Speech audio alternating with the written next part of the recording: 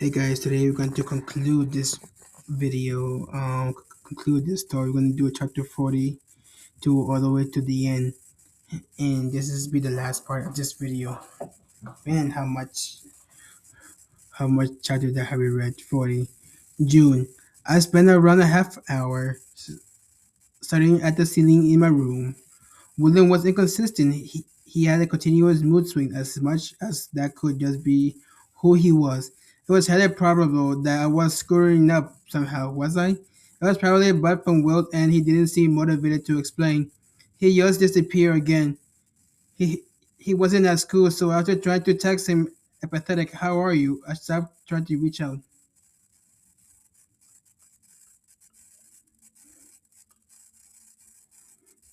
There was a major possibility that he didn't like me that much.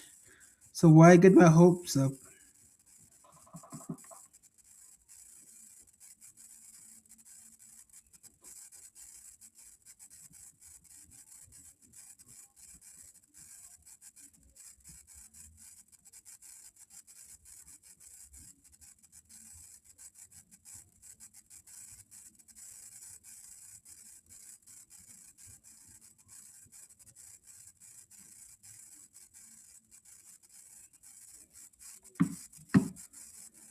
Unless he reached out, the less I thought about him. My said not to throw in the towel because there was something behind all the radio silence. But what was it? Honey, heat up the pasta from yesterday. I'm going out to eat. She was heartless April who magically pounced on with terms of endearment. With whom? I looked at the door where I saw my mom looking nicer than usual in a black pencil skirt and blouse. Melissa, a former colleague. Sure, Melissa, the 40-something guy who was the father of the year. Mom, speaking of going out, have you and Jordan seen each other again? She blinked, her eyelashes curled with mascara. No, absolutely not. Why?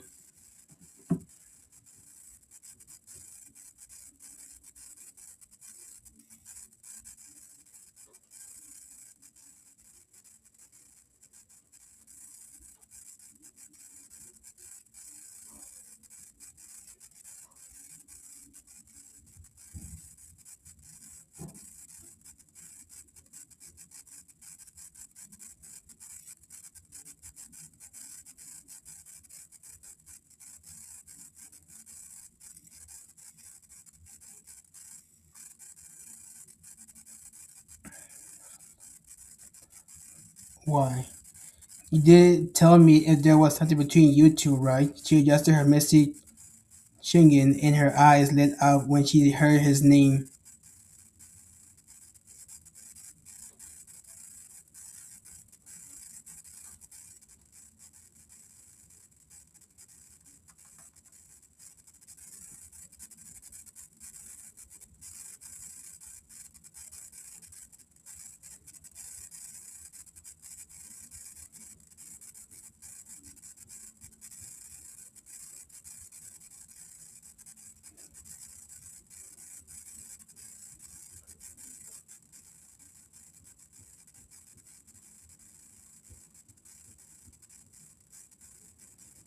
She heard his name. June. It just worked, I told you, she answered curtly, fighting with the clasp of her bracelet.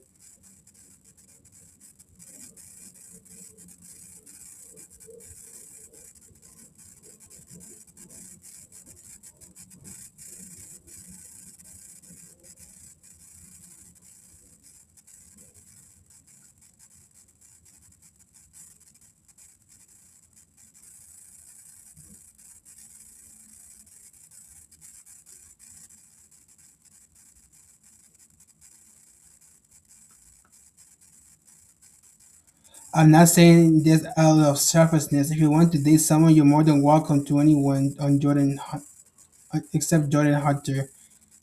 It's just a professional relationship. Why are you worried about June? I watched her come sit next to me.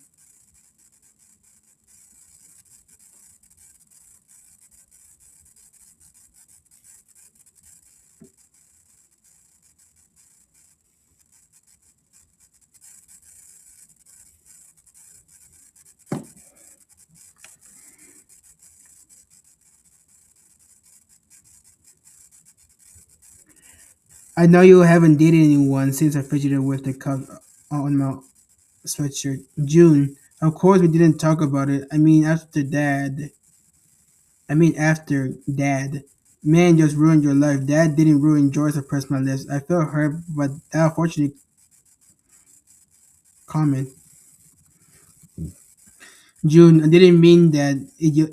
It just that I wouldn't be in the right headspace to get into a serious relationship right now anyway. How do you know when someone wants something serious? She stared at me attentively.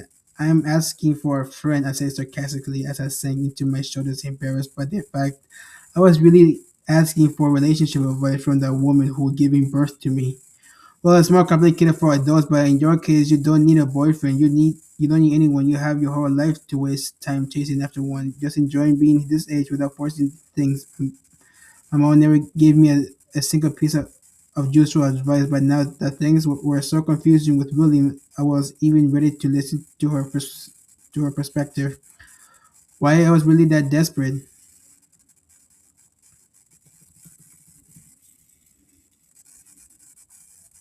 People fall in love a million times at your age. They suffer. They spend sleepless nights waiting for a text or phone call until you find out an upsetting truth.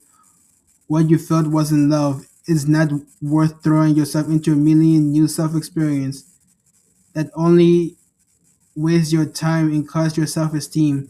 You're telling me to not live my life. You do know that, right, Mom? And here I feel guilty for being the more selfish one. No, I'm just telling you not to dive headfirst into something when there aren't any strong feeling involved. If you fall in love, well, it's different in that case. But how do you know when you fell? Well, yeah, I was asking for a friend, obviously.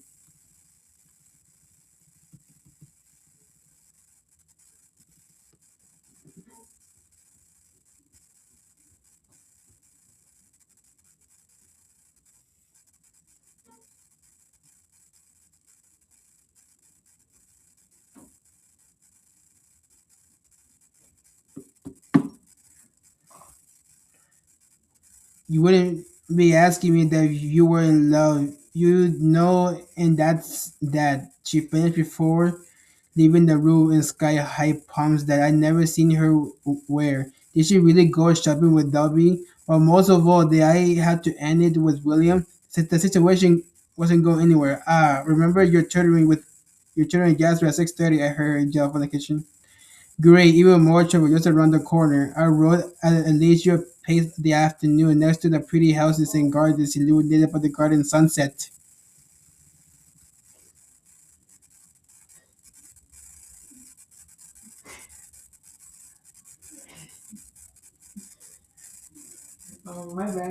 From the illuminated by the golden sunset.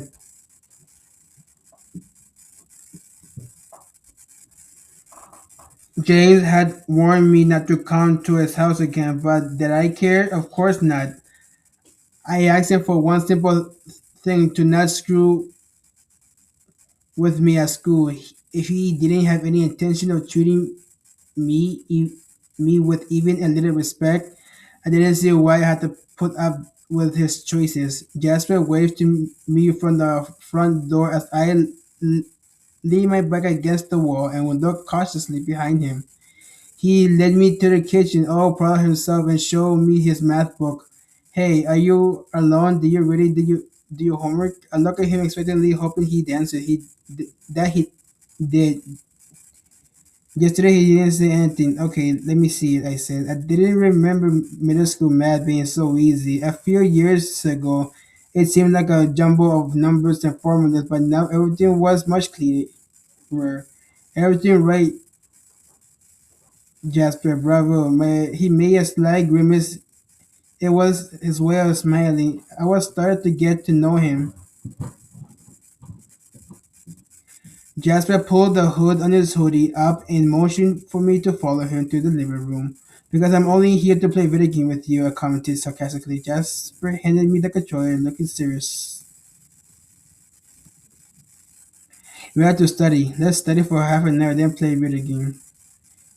for half an hour, I suggested. But suggestion didn't last because Jasper started pointing at the stack of already finished homework. And since you really did your math home, I guess you can just play video games and I said giving it in. It wasn't a full smile, but for a second he stretched his lips, and that wasn't enough to reveal the same dimples that his brother had.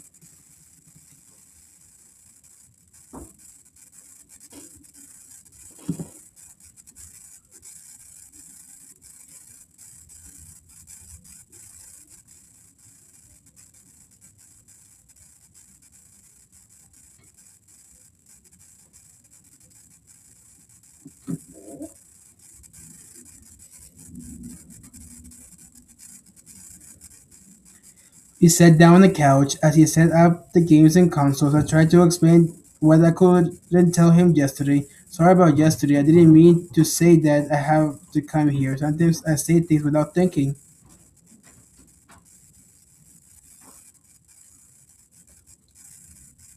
Jasper turned around to look at me. The resemblance was uncanny at first glance. The cheekbones in his thin nose were the same as James.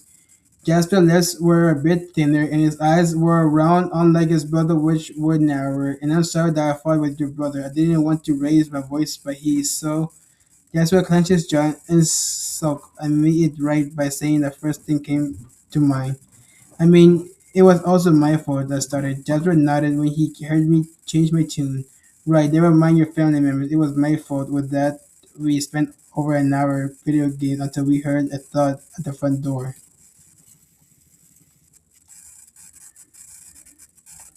My back stiffened just like Jasper's. Luckily, James ignored me. He walked down the hallway without even going through the living room. I breathed a sigh of relief, but there was no longer any trace of the expression that I'd worked so hard to put on Jasper's face. Do you want to keep playing? He looked at the stairs. When I eat something, it's past 7. I was trying anything to put him in a good mood. Jasper looked pleased with my suggestion, so we went to the kitchen and grabbed a bag of microwavable popcorn. Do you know how to do it? He lowered his chin, then glanced hopefully at the stairs again. Jasper, what is it? I couldn't pretend any longer when he looked to the side. I understood. Do you want me to talk to him about it? Really? It wouldn't be easy to ignore the imperceptible gesture that Jasper was making.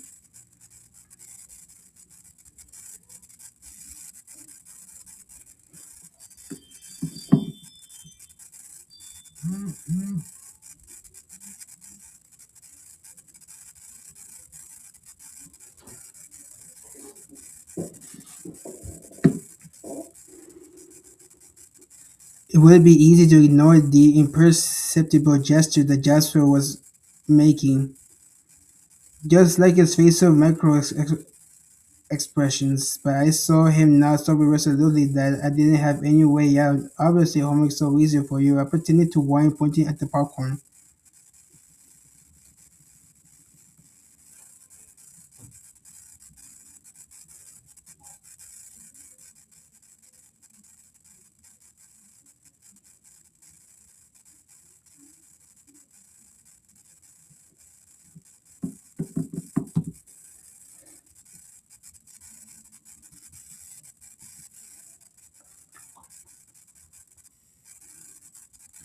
A shadow of smile crept across his face when he saw me walk upstairs. I walked up the steps in exactly a slow way as if was wishing to come back to my senses from one moment to the next.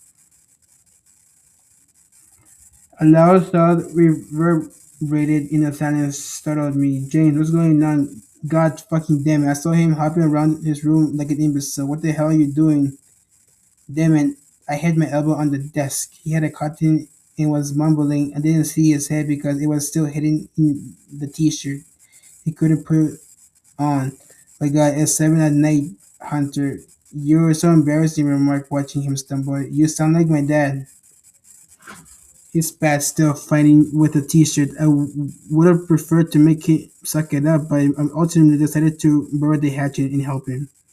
I took it off his arms and removed it completely. James jumped back. He stayed still and stared at me, wearing only a pair of jeans. Do it for Jasper, I told myself. I stood holding his shirt.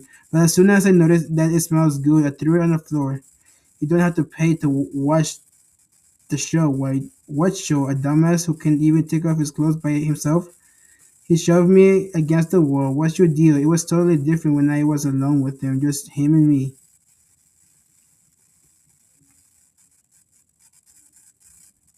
I felt the heat of his thumb along my arm. You went back on our agreement, White. So did you, Hunter. A silence followed, a strange silence. He never shut up. He never let me have the last word.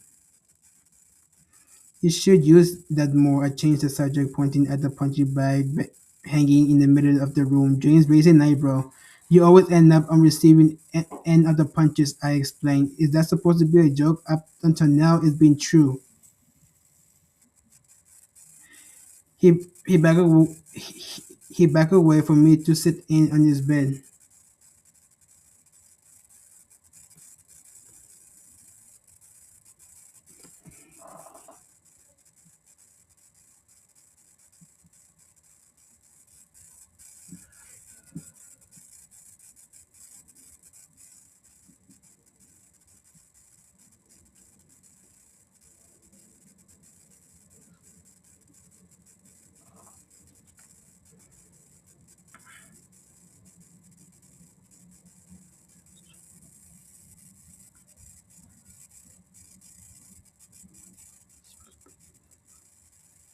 James raising an eyebrow. You should always ended up receiving end of the punches, I explained.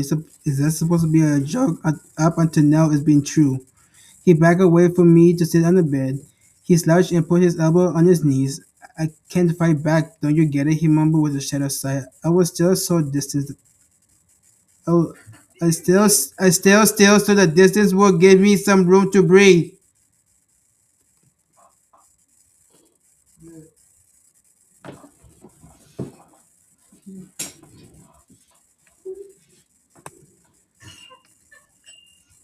Get the room to breathe.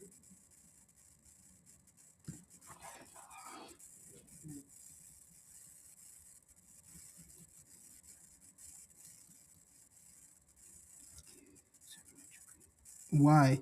Because if I do, I'm screwed. I've already been to juvie. They'll throw me right back in if I try to even. His voice sounded insecure.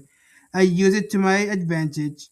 Why you beat up Brian Hood last year? James shook his head, sneering the stretch on his bed with his arms spread. I admire my mom have bust more than once where the must audaciously jutted out, contrast by delicate features as if to represent innate elegance.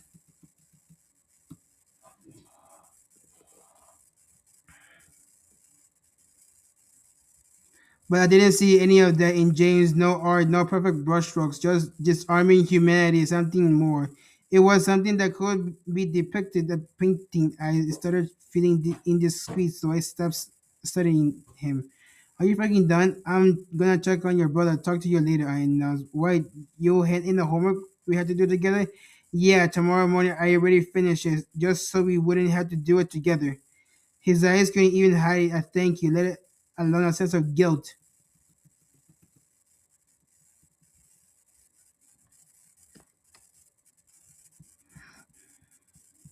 I think Jasper wants to spend time with you, I said, pressing on. James hid his eyes in the hollow of his arm, preventing me from seeing his reaction.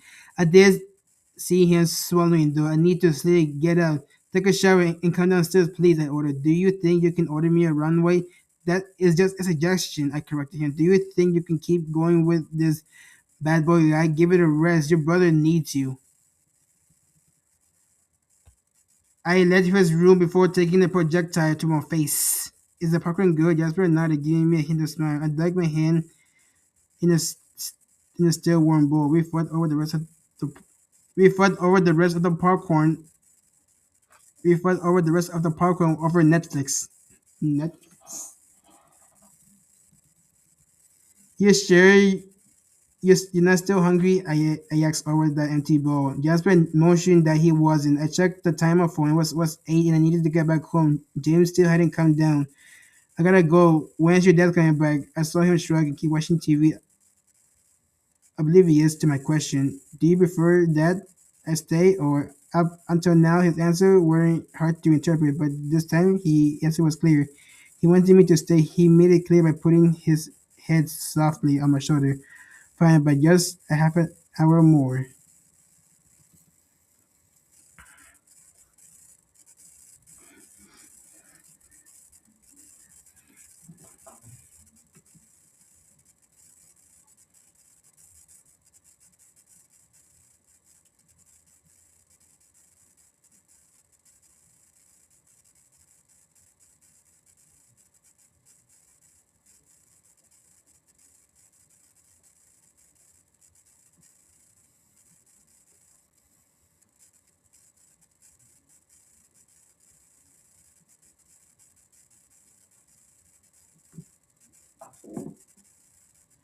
It didn't take a rocket science to see that Jasmine needed love.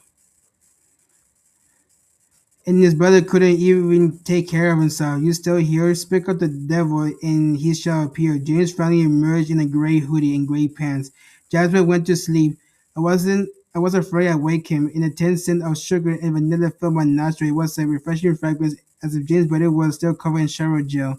Okay, James came closer with a surly expression on his face. For a moment, I didn't know what he was going to do, but when he leaned down to Jasmine, lifting him up of me, I felt relief. He carried his brother out to his room and followed him slightly in Jasper's room. James laid him down gently on his bed as he tucked him in so he wouldn't get cold. Do you did he eat? Asked James inquisitively. No, I mean with just some popcorn to tell you the truth, I ate almost all of it. And James cut me out with a hostile tone. Don't dodge the question. Tell me why the fuck you do it. And look up to me, his eyes, which were still which was still big and bright. What are you talking about? Why are you nice to my brother? My mom made me wasn't a valid excuse anymore. Jasper adorable, I admitted. James let out a heavy sigh before sitting on the twin bed next to his brothers. Yeah, right. My dad desperate. His admission caught me by surprise. What do you mean? I murmured. I saw his shoulder wilt. He just started middle school. Nobody knows him, but everyone already making fun of him. That's terrible. Why? He fitted with the sleeve of his hoodie for how he is, the way he talks for everyone, the, the, the, the way he talks for everything. Him even so he isolates himself even more. I could have sworn I heard the clang of James' heart shattering into a million pieces on the floor. He's a sensitive kid. I can't imagine what he is going through. I sat next to him, maybe because talking about Jasper made me forget everything, even the fact that I just sat next to the guy I hated more than anyone on the face of the earth.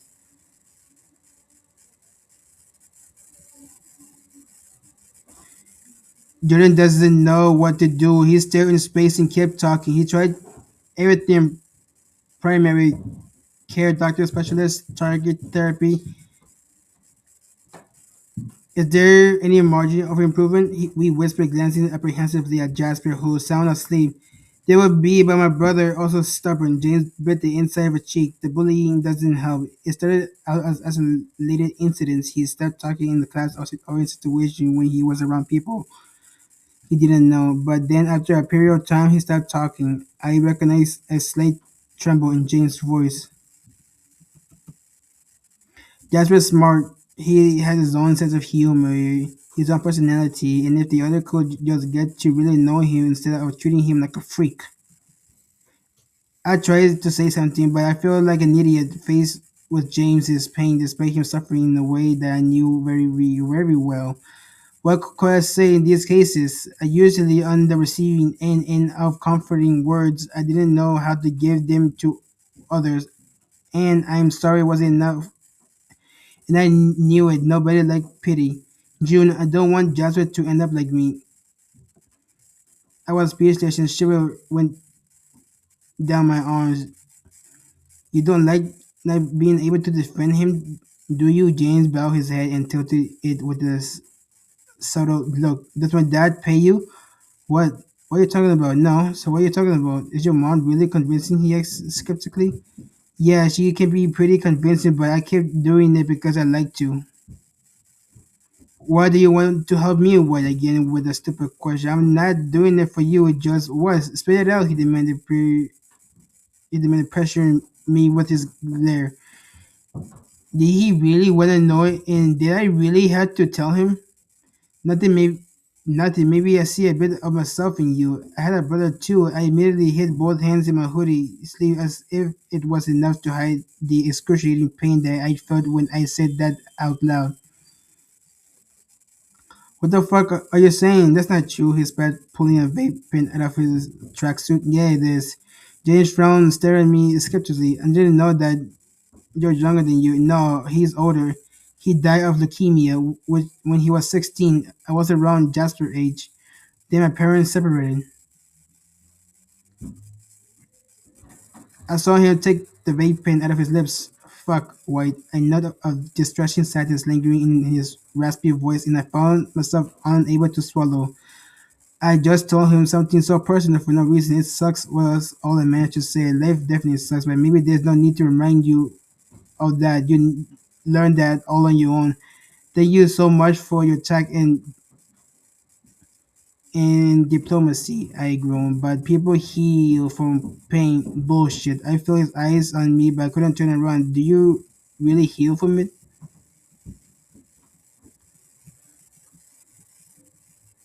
My throat burned. I wasn't really healed, but I definitely could tell him how I hid a negative and emotional substituted it with physical pain. Yeah, I mean, I don't know. Yeah, I limited myself to listening to him breathe as the night fell outside the window.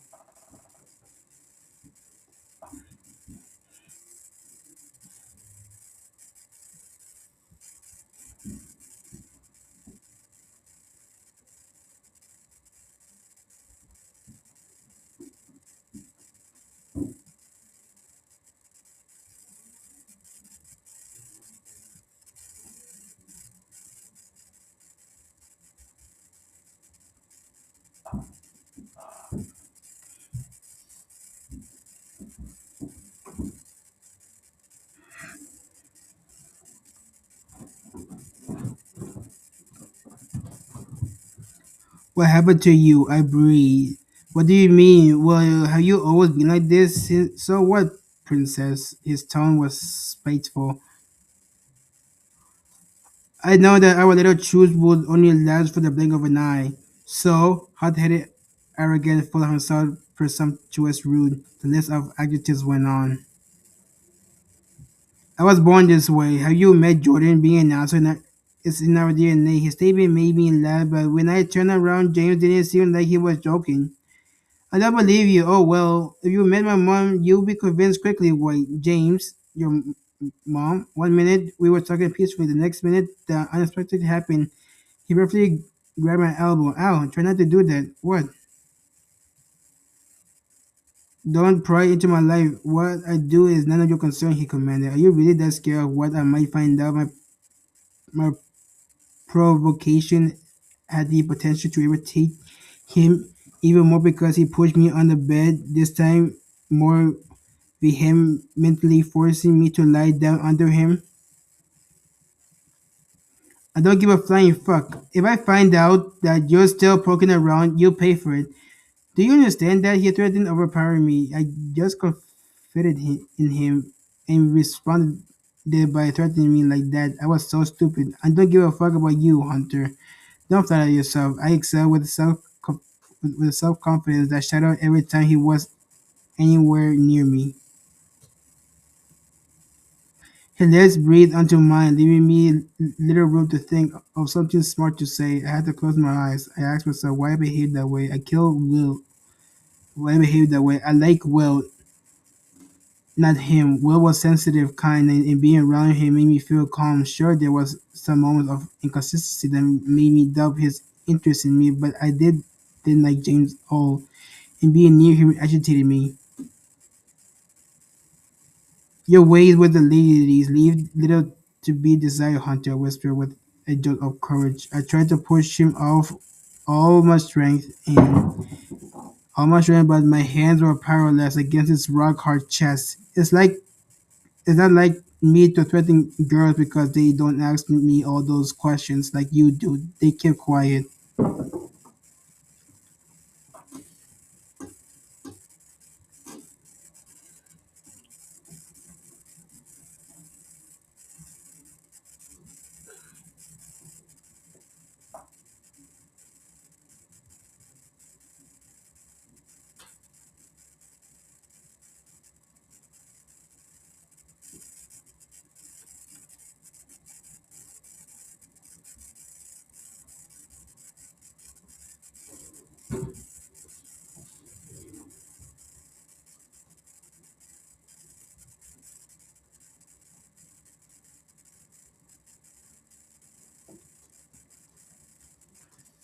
That would never happen with me.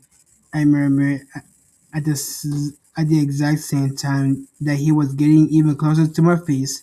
We noticed that we stopped arguing. We looked at each other for a few seconds. What the fuck got into your head? He explained, irritated, jumping up. I sat up and turned my head away from him so he wouldn't see my flushed cheek. What are you talking about? Shouldn't you be at Will's? His voice was gruff and raspy like sandpaper, somber like the night. I saw him run his finger through his hair as if it could alleviate the attention. No, I should get home. I got up robotically and he did the same. I turned around in, instinctively once I got to the door. You're lucky to have him, Jasper. I mean, James put his hand in his tracks to pants pocket and nodded. Yeah. And maybe he's lucky to have you, I added.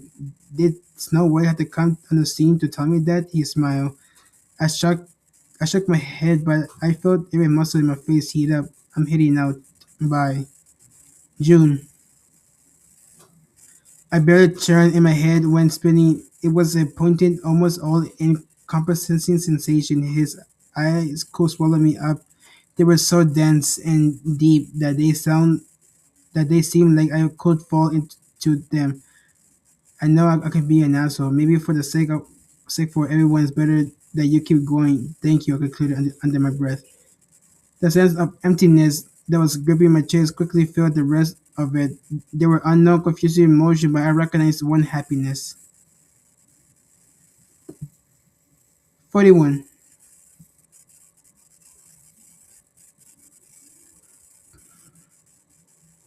The next day, I was back in the vice principal office to hand in the assignment he given us. Miss White, you did this alone. There were just two skippy pages. Do you think I just started my job yesterday? I have students try to pull one over one me for entire life to pull one over. What are you talking about? Hunter and I did it together.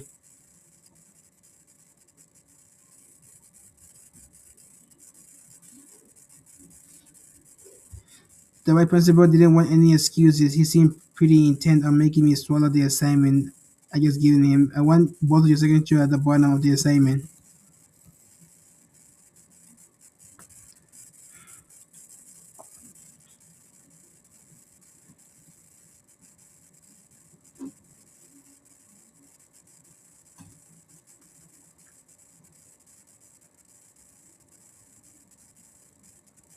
Even the thug will have to do half of the work. I left the office, hanging my head. I hoped with every fiber of my being that he wouldn't call my mom. Otherwise, I'd be screwed for sure. William, are you coming to class? It was William finally. I got chemistry and found out I got chemistry and found him sitting on the bench with a perfect hairstyle and a smile that was equally as dazzling. Hi, Will. I distinctly felt my world came down. I could have feigned all that disinterest in the world, but I was unable to. I was happy to see him, and I couldn't hold a grudge. What do you do over these past few days? Studying like a hermit? He asked, leaning against the back of my seat. Well, actually, my eyes stared to the door where James Hunter was hunched over his phone. I studied less than normal in tomorrow's exam. The words stopped as James headed toward us and halted in front of us. He stared at me instantly. What do you want? I asked. Maybe for you to leave? Huh? My eyes widened incredulously. James pointed at William. We need to talk. Move. His behavior around her every once in a while. Will said, shaking his head. James showed a tense. He took off his stupid little jacket and grabbed a seat, turning it around backward to sit with us. Suit yourself. I'll talk in front of her then. I didn't say that. We tried to dissuade him, but he was already talking. I had a poker game tonight while riveting. The eighth. Now I heard the earth-shattering news. The tide was turning on the whole day. Okay, what's so shady about? I interjected. None of them answered. I took it to mean they were excited. William leaned forward and whispered at the cloud, "It's the only way, Will. They never get it back to you." James crossed his arms. I try. If worse comes to worse, I have fun. Will unexpectedly turned around to me. Do you want to come? James and I exchanged glances. He was horrified. Mine was confused. What the fuck are you saying, Will? He burst out. I blinked a few times. Was that a joke? It has to be. Will and I had planned on going now. Instead, he was inviting me to go. I don't know where with I don't know who, but most importantly, to do what?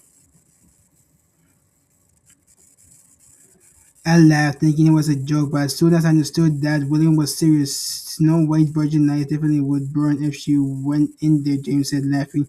Meaning, I growled at him, that is no place for you. The, well, grunt, well, James looked at me an arrogant, with an arrogant smirk, so I got up to leave. I needed some air, and they confused me. I was collapsed against the hallway wall when Will caught up to me. June, what's going on?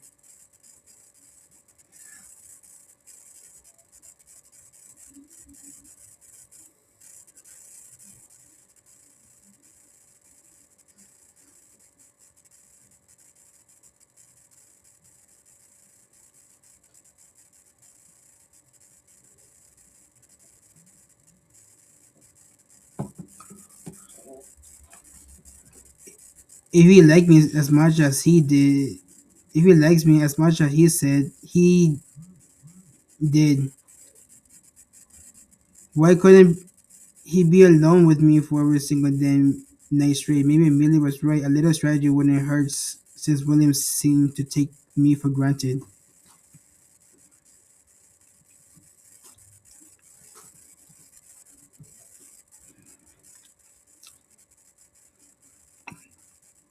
Why don't you ever say no to him, Will? You don't get it, June. Can you not even say no to him once? Will I tried to push a lock of hair behind my ear, but I pulled back. June, listen, if James get himself in a bad situation, it's my fault too. And tonight you have a choice. It's either me or him. I said it out loud, but I couldn't bear to see William's expression, so I turned around and ran to the bathroom. Mom, someone's at the door. No answer. The doorbell kept ringing. I looked out the window, but I didn't see a car in the driveway. Mom, I went hoarse. I finally remembered that she left for her painting night class. I prayed that if it was a delivery person, that they wouldn't be cute. I was in painful condition. I found the door open and was speechless. Will? A sound escaped my lips that was so shrill that I barely recognized my own voice. I don't like ultimatums here now. You're right. I was impulsive. Wait, let me say something. He stopped me. I want to make time for us, for me and you. He seemed sure and sincere, but I couldn't believe him anymore.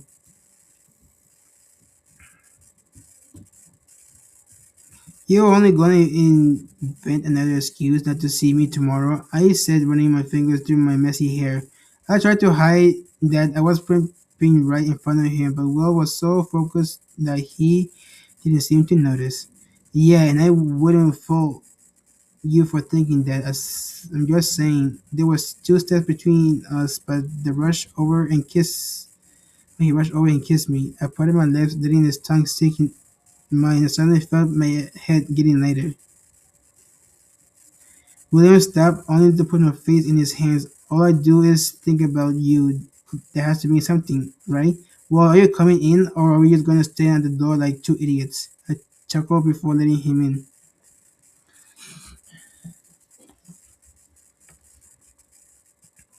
I saw him crane his neck to a familiar. familiarized himself with his surroundings. Where are you eating? He asked when he smelled that delicious scent in the kitchen. Not yet. My mom left me lasagna. I was heating up in the microwave. In fact, I need to take it out. I got distracted with my science homework. Only you, only you could forget eat because you were too busy studying. And then my lips were in his hands, and his mouth was on my lips.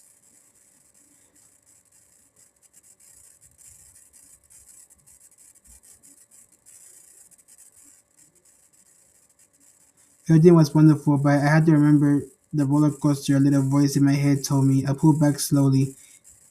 It was weird seeing William in my house. Is your mom out? Yeah, she told me she had a painting class, but I think that's all excuses to hide the fact that she is dating someone.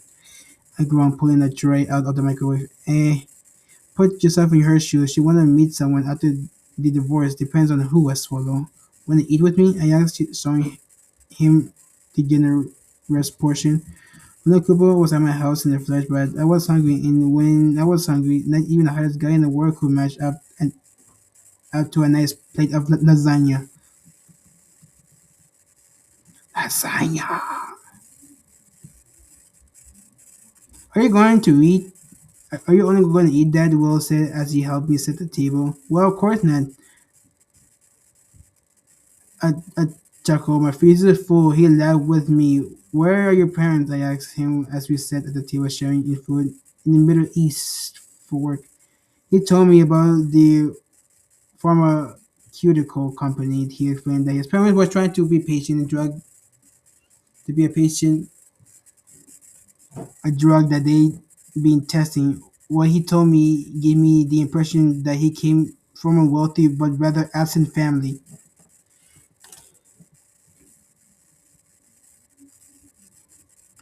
We ended up sitting We ended up spitting 3 servings of lasagna, and dinner went by without a hitch. A few minutes later, I got up and brushed my teeth and freshened up in the mirror.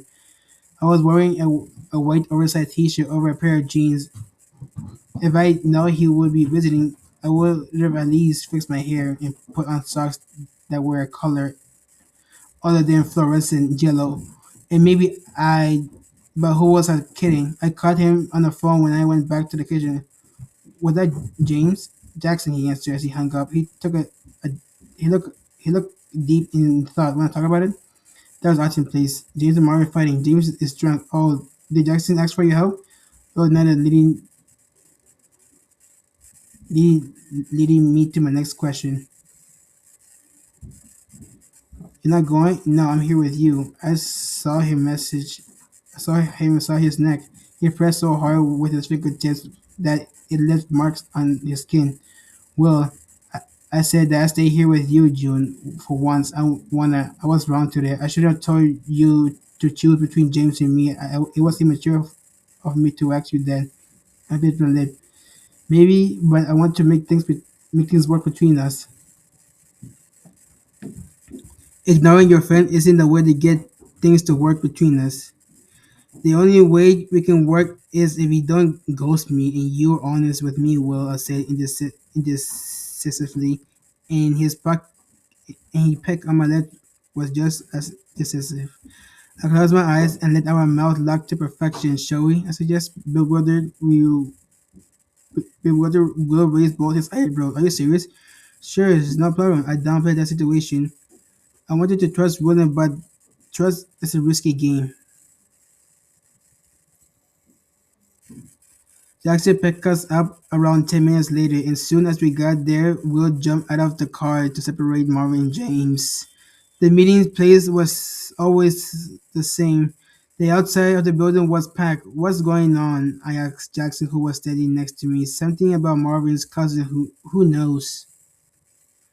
Man, fighting over a girl has really become the cool thing to do, I commented. Jackson stared at me for a while, and I shot him a confused look back. What is it?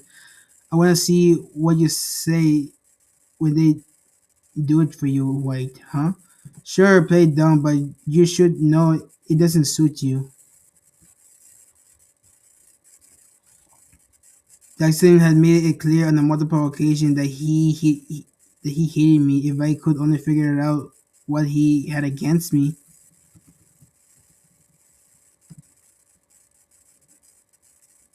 Look, I don't want to fight for someone I don't give a flying fuck about. James burst out, pointing at the brunette with a bow to Marvin's right. Maybe it's better to bring him home. He's drunk, announced William as a spectator of unfolding tragic comedy skit surrounding us. Why isn't he always drunk? I said sharply. No, he can handle hard liquor. I turned to look at Marvin, who was stroking his clean shaven head, confused. What do you want from her, James? I don't want shit. What do you ask her? She been on my ass all night. What a child. Melanie kept warbling loudly from her end. He asked me if I had a friend. Why would he ask me that if he's dating me? He's made a fool out of me. James burst out laughing. At that point, Marvin finally came to his cousin's defense. And I asked you not to be a dick, at least not her.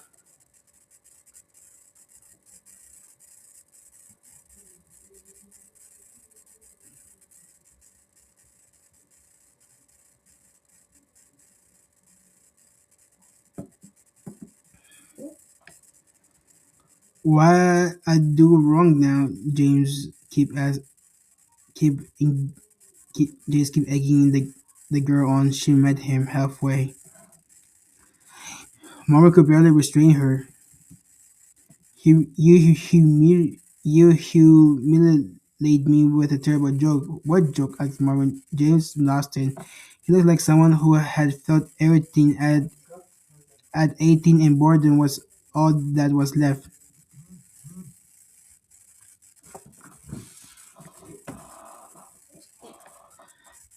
I didn't want to get into the details, but you giving me no choice. The lady here said she wanted to. James stopped to put her finger on his chin, holding back giggles like a bratty kid. Took a shrug, holding hands, and I said, "No, I'm allowed to turn down a talk, aren't I, Marvin?" Get to the point, the other snapped, irritated. And then I said, "Unless you have another friend. In that case, I might reconsider." What was wrong with that? You're an animal. You said something completely different. And besides, am I enough for you? Squawked Melanie, waving her arms around.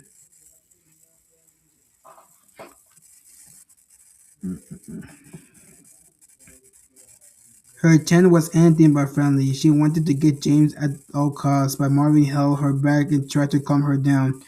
This is too much for me. Well, I'm sorry, but I don't want to stay here and listen to this crap. I whispered into his ear before walking away. Where are you going, June? Inside, I replied without really knowing how to find my bearings.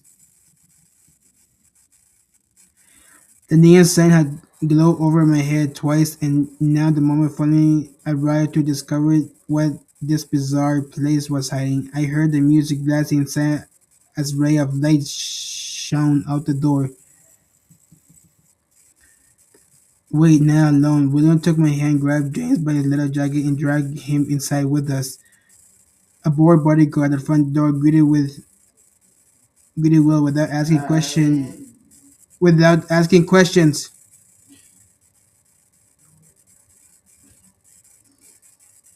A bodyguard at the front door greeted Will without asking questions, despite us clearly being too young in a place like this. I wasn't planning on staying. I just wanted to take a peek inside once and for all. James and I gonna take care of something, then we go home with him. Were sounding far away, even though he was close enough for our arms to touch.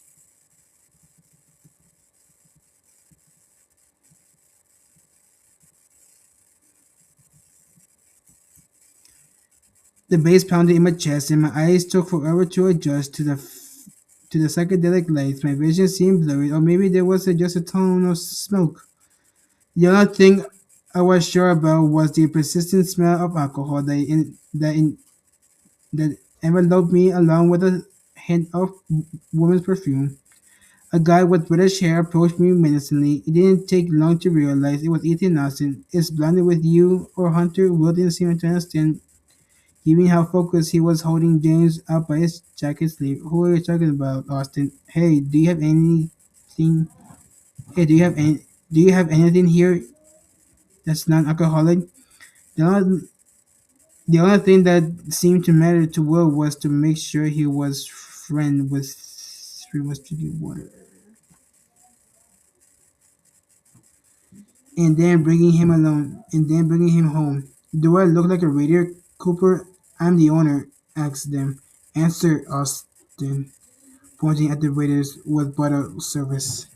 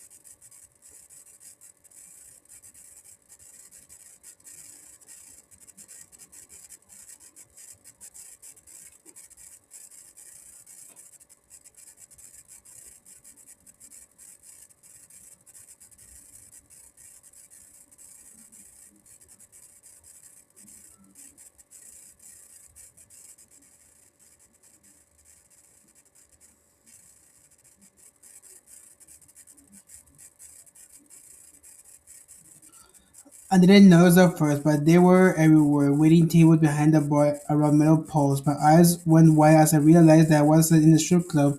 I was surrounded by men dressed in somewhat nice suits and girls who danced suggestively as low and lightly emphasized their curves.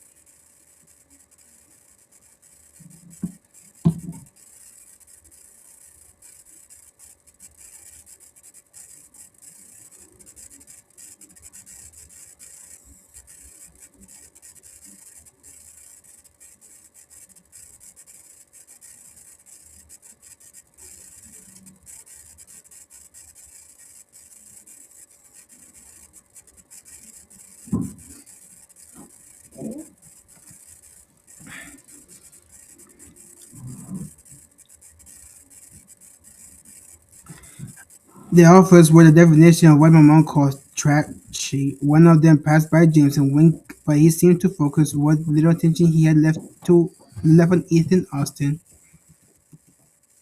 Hey Austin, how's your girlfriend? Is he the guy James owes money to? I asked. Will he squeezed my hands harder. Ethan, his son. James talk to him like that. Isn't he afraid of getting beat up again? What do you think he was getting into shit? He is not afraid of anything, June. That's the issue. Really sounded exasperated and I got frustrated. I don't know anything because you never told me about an accident. Well, trust me, that's for the best. I don't want to put you in danger.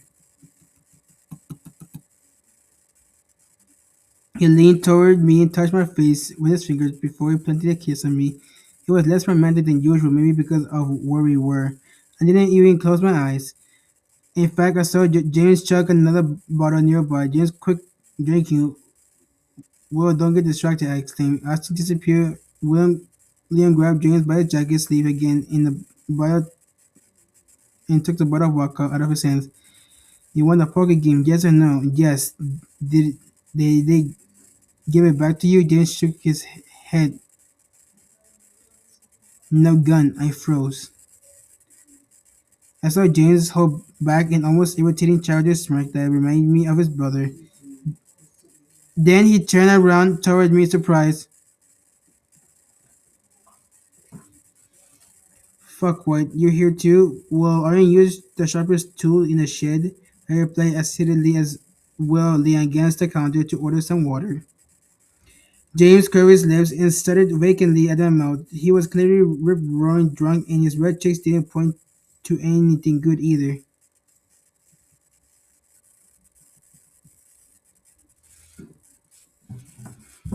And why are you here again? He whispered in a tone that sent a chill down my spine.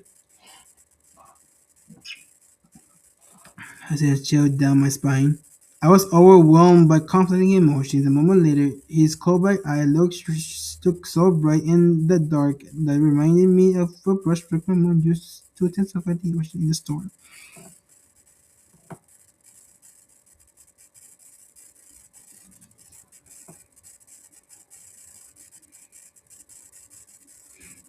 A cocktail of conflicting sensations surfaced in me.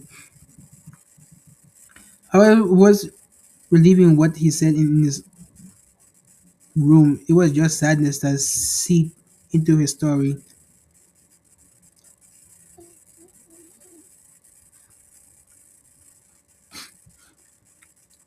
Last into his story last night, there was fear, rage, and lack of understanding. I just seen the tip of the iceberg, while the rest remained under the cold water of his eyes. It was too deep to swim there. He's he's drunk. We better get him home, and I better not. We better get home. And I found these people, and I found these people will say handing a bottle to his friend who pretended to take a sip. I saw a group of shady guys around the table overflowing with glasses and half-open bottles. They were most likely from the Austin family. I decided I played detective another time because the others one looked at me in a way that made me uneasy. And left neither Jackson nor Marvin were there no were there no were there nor was his cousin. Well, pointed at Jackson's fire-engine red pickup truck in the parking lot. As James kept laughing, he managed to steal a bottle of tequila without anyone noticing, and he found that particularly exhilarating. Lie down in the back, why don't make a mess, Will commented. Why is White here? James was distracted by me, so William turned out to the back seat and took the bottle out of his hand. No, I won't give it back to the little South, so here, Joe, I'm gonna call Marvin. And Jack, let's go home. Will gave me the bottle to hold. Will, don't leave me here to babysit. James pushed himself out of the car far enough to grab me with both his arms. What are you doing? I yelled, feeling myself drag across the front seat. In the blink of an eye, I found myself straddling him. James, eh? I was still holding the bottle in the tire. I was still holding the bottle in the air for fear of spilling it. Are you out of your mind? How have you always been this beautiful? I stunned. The guy seemed capable of scrambling everything in my brain, but most of all, he had this army ability to manipulate my emotions.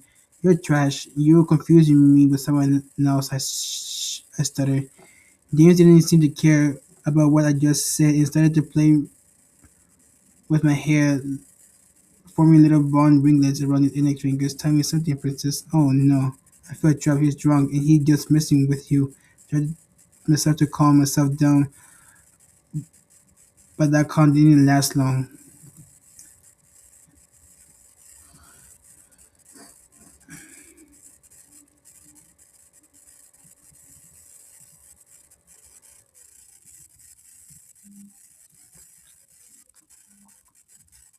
Do you think I'm attractive? Tell me the truth. My bare thighs scorched against his hips. What's getting into your head? Of course not. I'm whispered weakly. On the one hand, James' powder was almost endearing. On the other hand, I was playing with fire. And as experienced as I was, I knew that the first time our eyes met, I didn't want to play that. Come on, admit it, Dwight. It doesn't mean you want to bone with me. Don't talk to me like that. It's repulsive. Maybe to hear, but not to look at. Be quiet. We're talking about serious stuff. The vice principal caught me red-handed. He said we had to do the assignment together. James put both hands on my bare thighs with a shit-eating grin. I tense up at this touch, so that's why you really put yourself in the position. She was ready up to nape of her neck, but it lasted only a second because James grabbed my hands and put them on his chest. You idiot. The homework. We had to do the homework together. You keep thinking that. I don't think so, Snow White. and you'll do it instead. I can't write 10 pages alone. You know, I did my part, and now you do yours.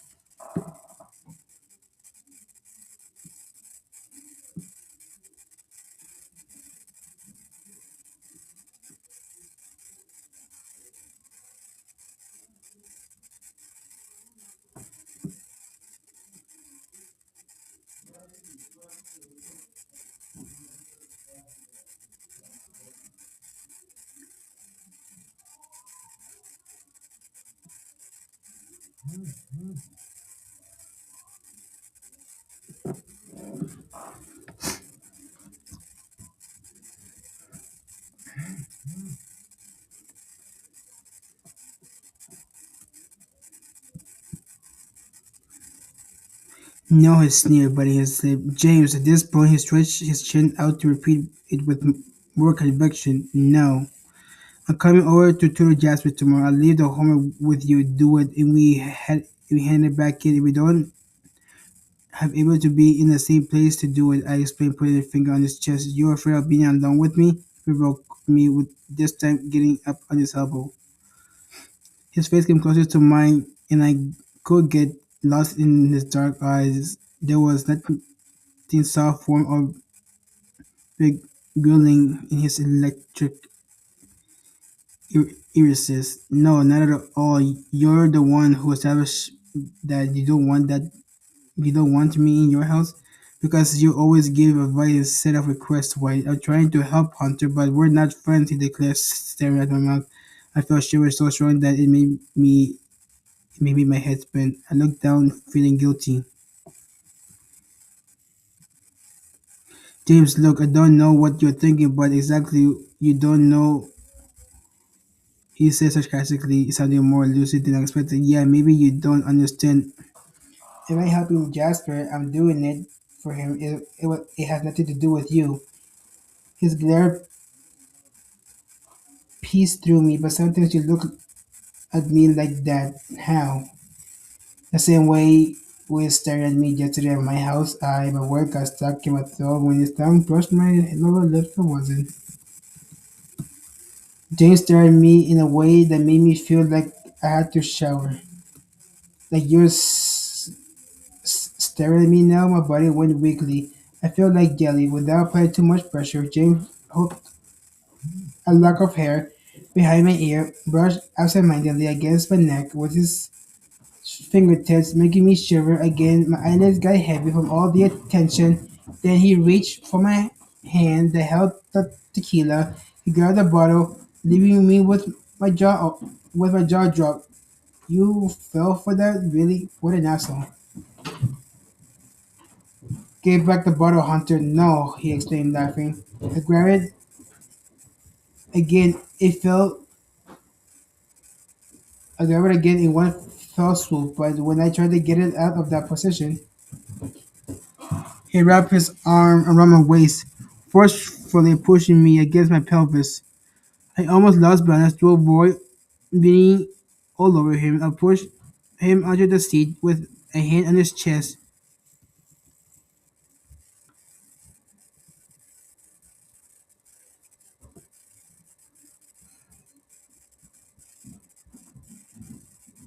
Are you a dumbass? I spilled everything. Jackson will have a fit. I saw him shake his hand to break free of the hair covering his eyes. Why give it? No, he held me still with one hand and fumbled behind my back with the other. As soon as he realized how ticklish I was, he decided to be merciless. James, no, please, no, really, whisper everything. I couldn't stop laughing and howling out of frustration. James, we're making a mess. Look at how. I swallowed another curse word because it was too late. My fingers were soaking wet. The bottle fell out of my hand, spilling part of its content on Jackson's leather seat. Oh shit, I heard him laugh louder. You got the seat where you idiot. I tried to breathe normally. You're the one who got the seat where you moron. What's so funny? Oh, for God's sake. It was Will, nothing. I exclaimed, suddenly jumping out of the truck. James' hair was messy. He was flushed out of breath, just like I was. William was looking at us like we were crazy.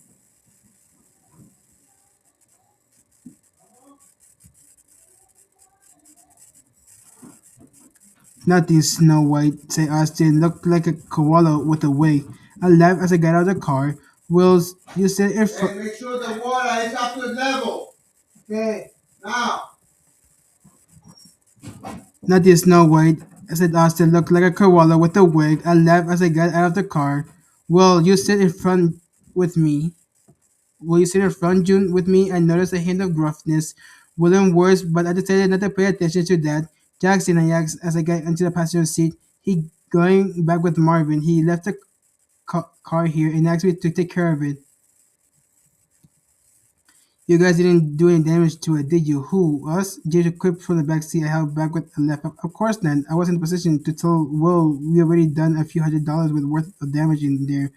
James bashed his head forehead against the back of my headdress, then reached his arm over to play with his hair on the nape of Will's neck. Cut it out. He cut it out. Well, admonished him patiently.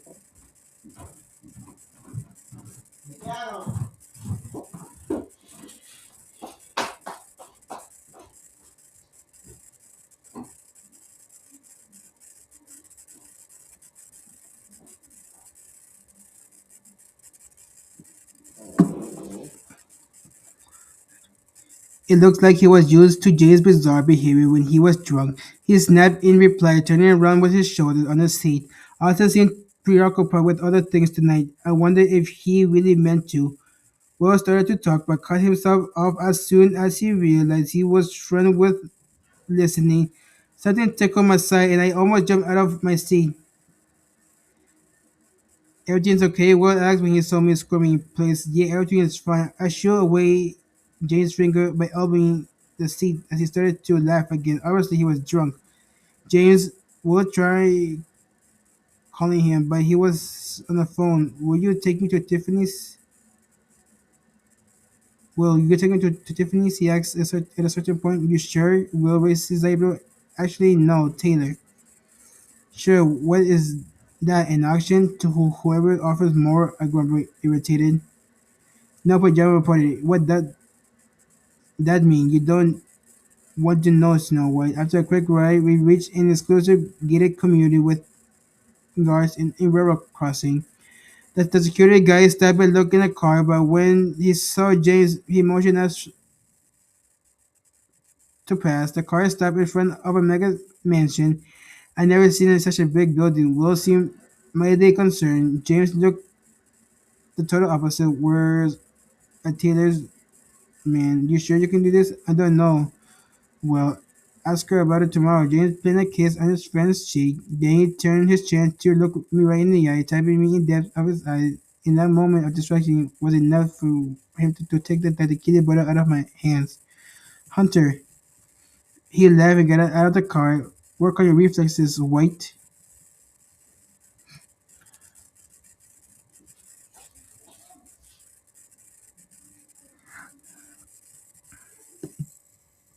42.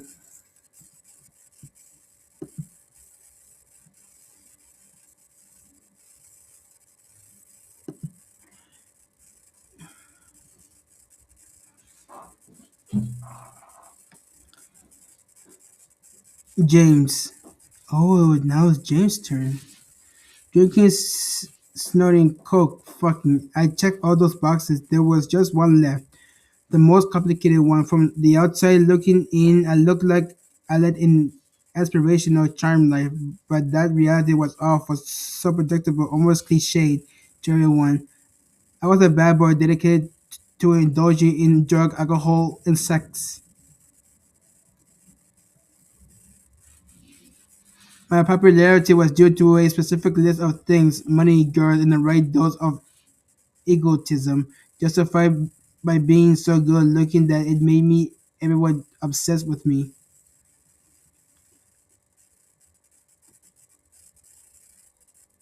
Is that who I was? Was I convinced that is that who I was? Was I convinced that's who I was? Not even I knew. My head was ruled by chaos. My emotions were confusing. I was unstable and I sought out attention continuously.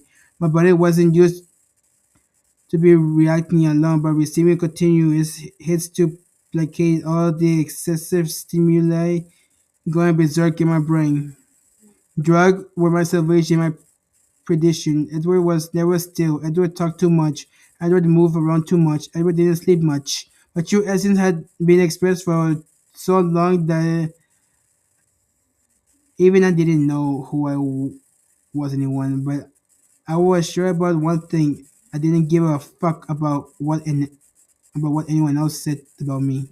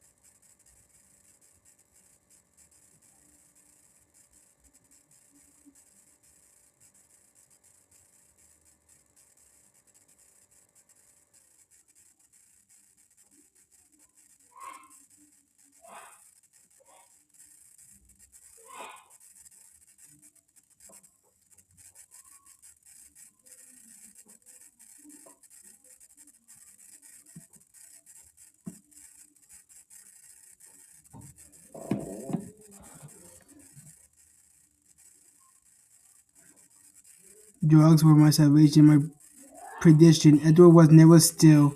Edward talked too much. Edward moved around too much. Edward didn't sleep much. But true essence had been repressed for so long that I didn't even know who I was anymore. But I was sure about one thing. I didn't give a fuck about what anyone else said about me. My only strategy was the one that made me survive. Because I already died once, I grit my teeth at the thought I need to overdo it. In diversion, more diversion, even more extreme distractions. I needed something else, something more.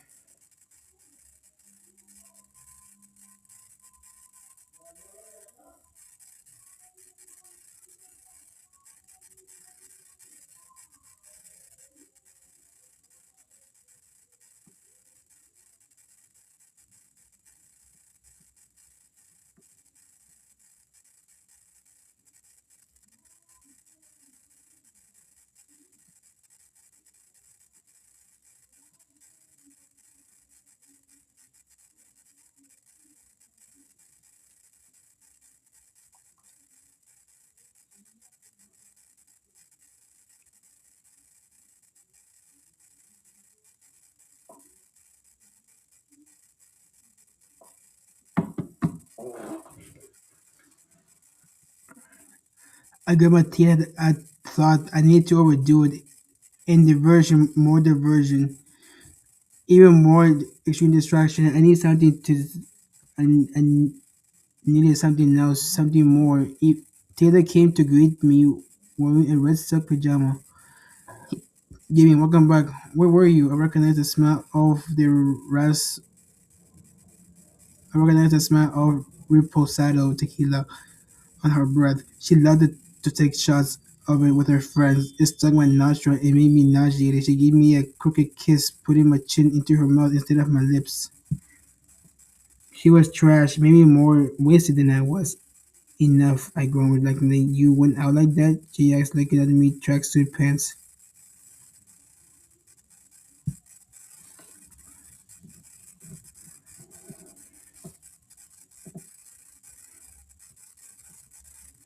So, where's the ass of dad of yours? He was a warm,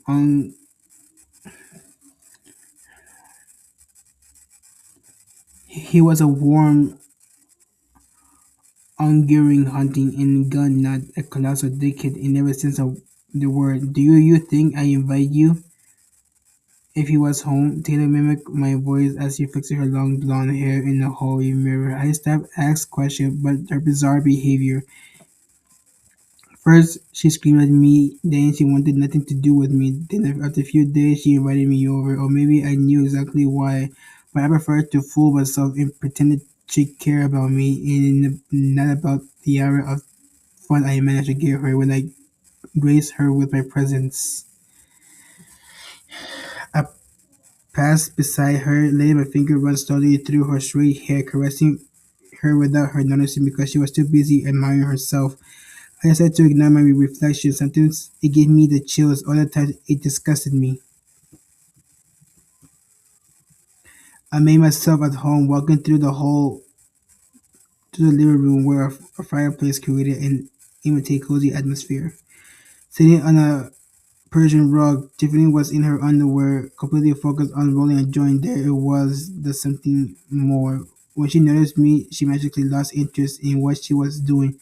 Are you like that? I asked, dryly leering at her bra, which pushed up her rounded breast. She smiled at me mischievously. You know how it is. I was expecting you. What did you say? Taylor came into the living room and intervened immediately. Nothing. I saw you wrote me saying you wanted company, but you already have company. Tiffany is here, appointed to the undressed girl. Taylor didn't seem to pay attention to what I was saying. As a matter of fact, she pushed me on the couch. Tiffany came closer to her and whispered in her ear, "Okay, let's play a game," Taylor giggled. But her expression changed when she heard the rest of the sentence. "No, Tiff, that isn't a game. It's just an excuse for you to take just an excuse for you to make up with my boyfriend," she bristled. That piqued my curiosity. What game is it? I saw a bolt of excitement in Tiffany's eyes. We take turns blindfolding each other and we have to guess who kisses us. I'm not supposed to do it. I nod, puffing my chest out as I stretch my arms out on the top of the couch. Tiff, cut it out. You're too friendly when you drink too much. What are you talking about? Jackson's coming too. Tiffany defended herself. Why are you still chasing after Jackson? Taylor said, irritated, scowling. I'm not. I'm inviting him because I wanted to see him. At that point, she went to sit on the rug, sulking as Taylor jabbed at her tiredly. Do you really believe Jackson will want to be with you eventually? Why wouldn't he be? Let's hear it. I came to her defense. Tiffany listens and has great tits. I don't understand what more Jackson could want. Nothing. It's just that she doesn't seem like this type. So after talking about kissing me, how do you we end up talking about Jackson? I got the nail polish. I remained on the couch enjoying Taylor kissing my neck, but I couldn't stop teasing Tiffany as she left living room. Don't forget that the blindfold. I won't. She went with a mischievous grin. We heard the bell ring in a little while later. Jackson came in. What the fuck are you doing here? Demanded with an eyebrow raised. Tay told me you were here. I wanted to see how you were. I moved over on the couch and made room next to me. Tell him you came for a manicure, Taylor laughed, sitting on my legs. Tiffany came back with the case of nail polish. She was still in her bra and underwear, but Jackson didn't even look at her. Pick a color, Jackson. You, James? The, the, does it take a long time to dry? I asked, getting the nail polish bottle about 10 minutes. I have no interest in waiting. And you don't have a black one? I grumbled, pulling out the vape pen. Jackson, pick a red one. Come on, James. Taylor cooed. Taylor put her blonde head on my chest. I feel a pump. I feel a jump. She never been this affectionate with me. She was just wasting my. She was just wasting. Maybe she forgot to hate me. My hands are full, remember? I grumbled, then turned on the vape pen and showed it to her between my fingers. She grabbed my left hand. Your hands are so beautiful, right, Jack? Taylor stared at him as Stephanie painted his nails. They don't look like they're painted right, Jackson downplayed the compliment. You had to put the blindfold on for the game, Jamie. Taylor's unusually biting and hostile voice was now as sweet as honey. She went from treating me like shit to worrying about me like she really cares. But didn't anything she did surprise me? Everyone around me wanted something for me always. Don't give me a hard time. Are you done talking about fucking hands? What kind of game is this? Jackson asked with his usual skepticism. The girls giggled. Don't worry about it. We will blindfold you now. All you have to do is guess. Tiffany finished painting Jackson's nails, then pulled out the sleep mask Taylor used. They were pink and had the word princess on them. Jackson stayed still as Tiffany blindfolded him.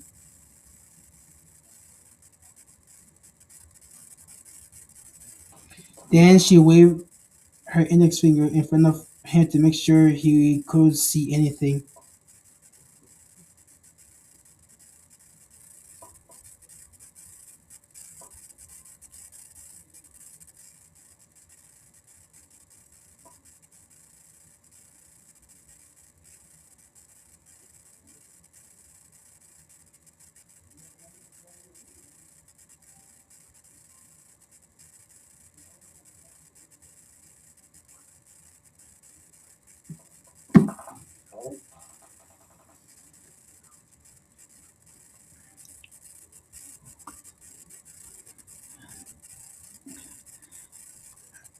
I put the vape between his lips to push back a lock of soft hair back. Don't touch my hair tips, Jackson spat, shaking his head in frustration. The girls giggled as I looked from the mask to my friend's mouth, stopped with the gaze at his lip piercing. Let's start with Jackson, called Taylor excitedly, motioned for her friend to kiss him first. Then they put the nail polish on the table and approached the couch, boring. I stopped her with my arms before she could get next to Jackson's face and whispered in Taylor's ear, "You kiss him." Her eyes went wide and her lips curled in disappointing grimace. It was good to remind Taylor every once in a while that even though she thought she was my girlfriend, we weren't together, and I certainly didn't feel even the least amount of jealousy watching her kiss my best friend. It was almost more titillating than me kissing her myself.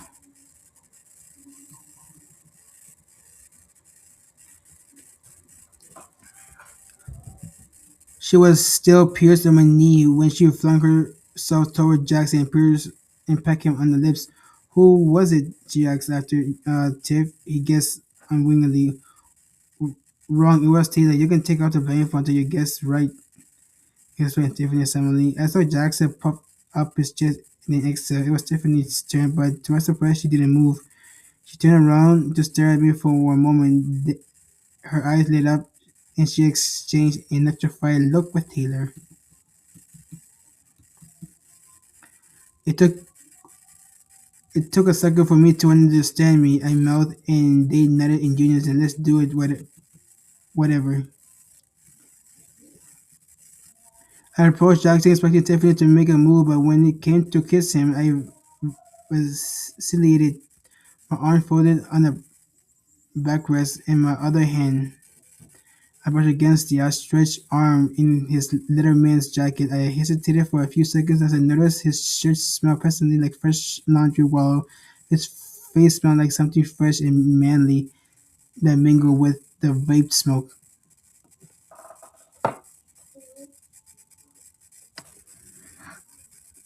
and beer on his breath. I wet my lips involuntarily, then ran my thumb over his lower lip. Jackson breathed in deeply and parted his lips.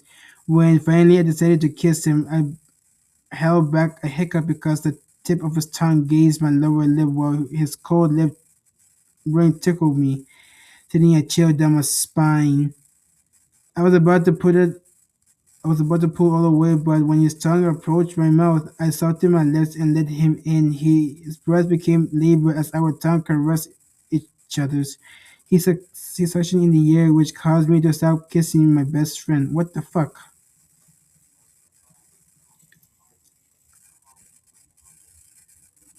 What kind of game? What the fuck kind of game is this? I actually removed the blindfold, irritated, and looked at the brunette. Tiff? No, I giggle. His milky white cheeks were tinged with red, and he stared at my mouth with an odd expression.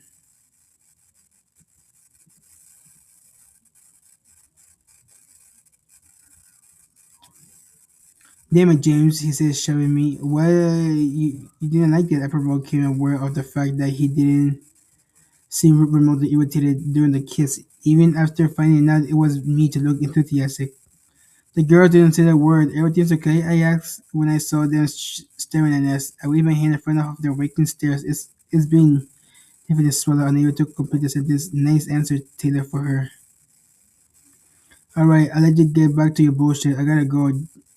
Jackson stood up and threw up the blindfold on the ground. How are you going? How are you getting home? I said in worry. Who's picking me up? June's with them, actually. They're waiting for me in my car outside, he added, reading a text on my phone. "Oh, okay, are you sure everything's okay?" I raised my voice a bit so Jackson wouldn't hear me since he was already at the door. "Yeah, see you at school." Oh man, and I was just starting to have fun when Tiffany she pouted and hugged a pillow and pushed her boobs further up in her bra. "I'm still here. What are you worrying about? What do you bring, Jamie?" I put her hand near the button flap of my jeans and dig in my side pocket. B. The sound of Taylor's footsteps made her back away immediately. "Get dressed, please." Taylor, the head of the house, reprimanded her. Tiffany snapped, but instead of getting her jeans, she headed to the TV. Had she plugged her phone into the boxes, Taylor took that moment to straddle me again. "You all mine tonight, right?" She tried to kiss my jaw, but I didn't even have a moment to relax before she started to bite my earlobe with her incisors, hurting me. I threw my head back brusquely, but she didn't care.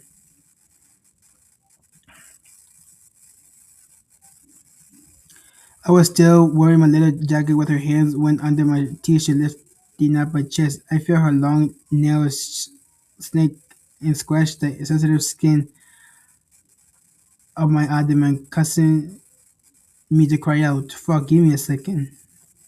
I wasn't ready. I was still wasn't ready if she put her hands between my legs. She realized that too. Taylor didn't listen to me since she was so busy kissing down my stomach as if she just taking a, a brand new toy out of its packaging. "What's the rush? Are you sure your dad not coming home?" I let Taylor take my jacket off without comments as Billie Eilish song came on. Billie Eilish? "What are you still doing here?" I asked Tiffany, who kept staring at us instead of going home. "I'm just here to have fun," I told her. She sighed, licking her lips before twisting a lock of hair between her fingers. "Cut it out, Tiff. Don't break anything." Taylor flew into a rage when she realized her friend was dancing on the crystal table. Seeing a half-naked girl dancing on the table while her best friend left a hickey on my neck, ooh, it should have turned me on, but it didn't. I started laughing. Can that table hold her weight? She always ended up like this when she's drunk. She took off her clothes and started in her underwear. Taylor insisted on searching for my lips. I kissed her sugar and tequila laced lips while staring at Tiffany dancing suggestively to the music. Maybe for a night she could be my something more. There was nothing more with going in bed with someone I've been with 1,000 times because sex in its most classic form was a sport just like any other similar to boxing or football. It was a routine that let me burn off calories and blow off steam. I ended up sweating in without energy but fun that wasn't different. I prefer to go head to head with a dick autism crush my soul with those damn prescription drugs or drive until I felt that thrill of death.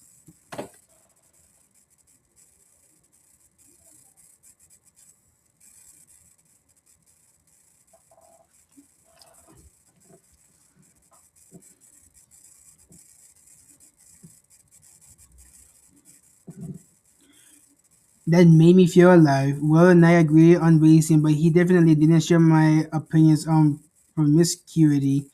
He always started with that bullshit about love. It's just because you'll never be in love, James. Why, if you sleep with someone you love, isn't the sex better?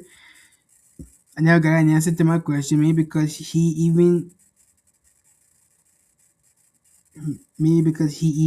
didn't know why. I love Will more than myself in these lines. Sounding like bullshit that only someone who never gotten laid. What do you bring, Tiffany Velvetti was brought my swirling thoughts to a growing halt. A smirk at her, then took a dime back out of her pocket, just like this, she whined. Look, cut it out. You smoke and drink a lot tonight, Taylor told her off and then switched to a more docile tone with me. Jamie, want a drink?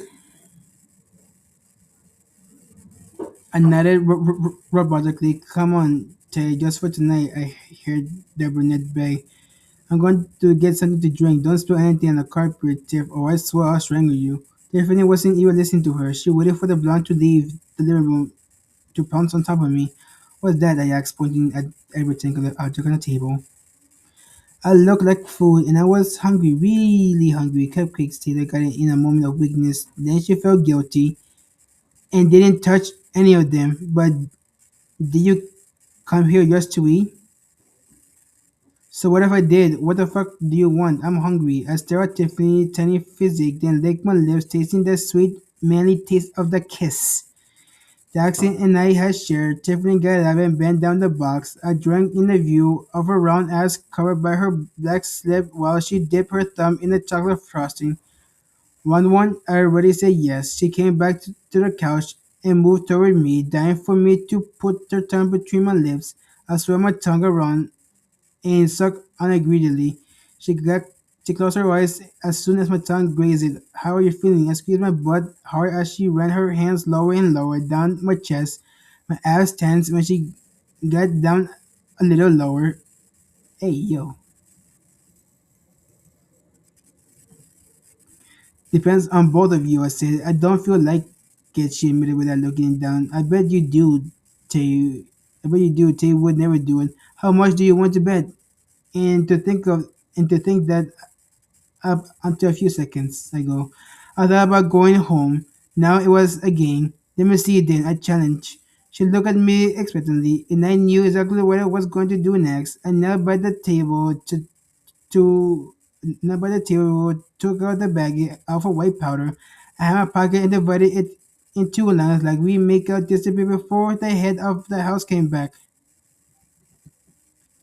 I wanna have a nose like George James. Tiffany rubbed the tip of her nose with her finger, but was forced to move back when Taylor appeared holding a big bottle of expensive tequila. Do you just open up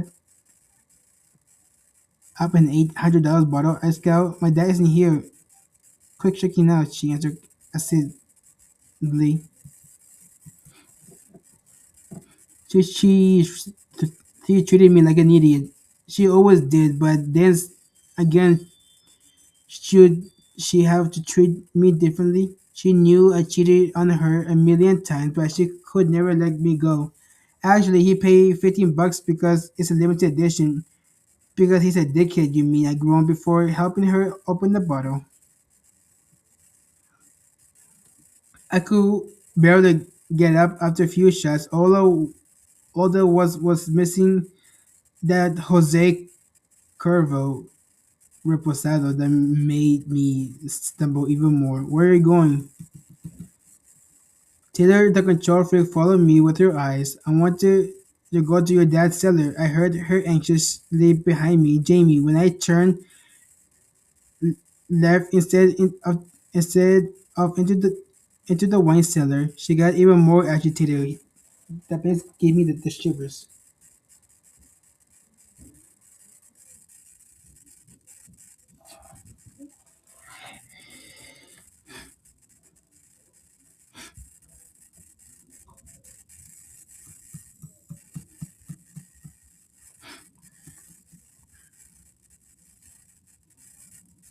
It seems like a war bunker. The number of rifles on the wall was was astounding. A glass window protected them jealously, as if they were too precious to be displayed. But I was interested in those guns, and Taylor knew that I unlocked the second drawer of a steel piece of furniture. At first glance, the empty space was barely noticeable. Everything seems to be where it was supposed to be in a row of well organized pistols. I got him. I got to them once so that it didn't seem like he was missing one. He never noticed. He used his rifle more. You know, you know that. But if it comes down here on a whim to disassemble them and clean them, then he would. I've been a year and he still hasn't done it. I whispered, bemused. She tugged at me like she wanted to wake up from that nightmare.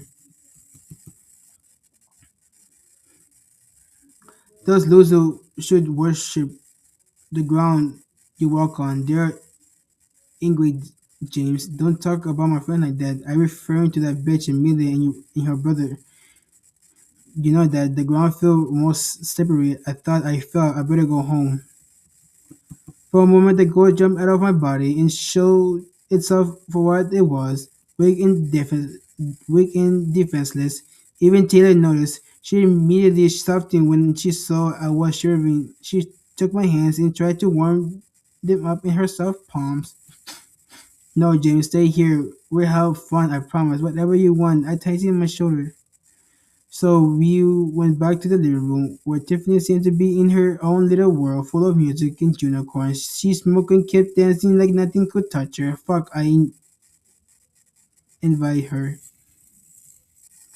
Why don't you go dance too? I urged Taylor. Spread her out on the couch and pulled everything under and pulled out to a row a joint as Taylor closed her eyes and started moving to the beat.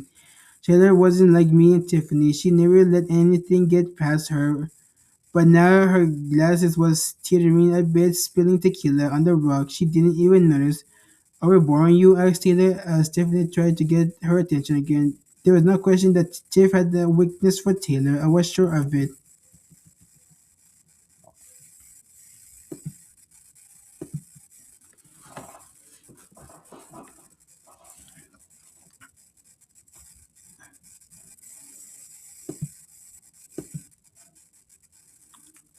Taylor was the only one who didn't seem to get it. Yeah, Tiffany and I looked at each other as she tried to twirl a lock of Taylor's hair around her fingers. It wasn't very grateful, so she changed her strategy. I saw Taylor startled when her friend lowered her head to her boobs, but she was too drunk to take it seriously, and she started to giggle. She only stopped when Tiffany gave her a peck on the lips. Cut it out, Jamie is here. I licked the paper with the tip of my finger without taking my eyes off the girls. Is that how you two make out? I asked, almost contemptuously. Taylor was definitely gone. I saw her open her mouth in an exaggerated way when her friend stuck her tongue down her throat as she kept her eyes on me. I followed the movement of Tiffany's hands as it sculpted Taylor's hips and then moved under the red fabric around Taylor's legs. Tay didn't protest. Tiff and I were more drunk and high than Taylor. But she didn't protest even though I was convinced that she never allowed something like that, not even drunk. Now, asked Stephanie. Now, nothing, no, nothing. We'll smoke this, then I'm going home. Till I get in bed before your dad gets here. I cut her off, lighting up the joint. I thought it was exciting to go out with her just to piss him off. But since he threatened to throw me to the wolves, I was more cautious when I went home. I was more cautious when I went there, but he's not coming back tonight. The blonde murmured before getting on top of me. I closed my eyes. My head started spinning again, and it seemed like I was in Jackson pickup again. Damn, princess turned red, and I put my hands on her thighs. I thought you'd stay here for a bit. As she did it, as she did it again when I started to fiddle with the straight hair that fell down her shoulders.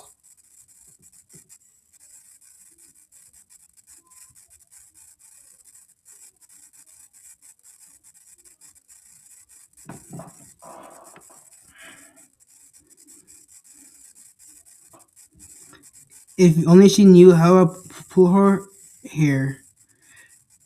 Taylor caressed the nape of my neck, went down my back, and dug her nails into me, making me cry out in pain. I brought the joint to my lips and took a long drag, then blew out the loud and blew out and then blew out a loud cloud at the ceiling. Jamie, come on. Then the warm whisper penetrating my ear brought me back down to earth. Well, you sure you want me here? We never did it at her house, especially not with her best friend staring at us. I call you on purpose. Stella used me like her personal plaything. Can you take this off? I asked her as she started to indulgently lick my lips. When we heard her tongue in and out of my mouth sexily, I got it a la perla and paid an arm and a leg for it. Let me keep it on. Rich girls were so born. The mess of my hair, I just did it. Don't kiss me there, otherwise it'll mess up my lipstick. The outfit is is the most expensive one I have. Don't tear it off of me.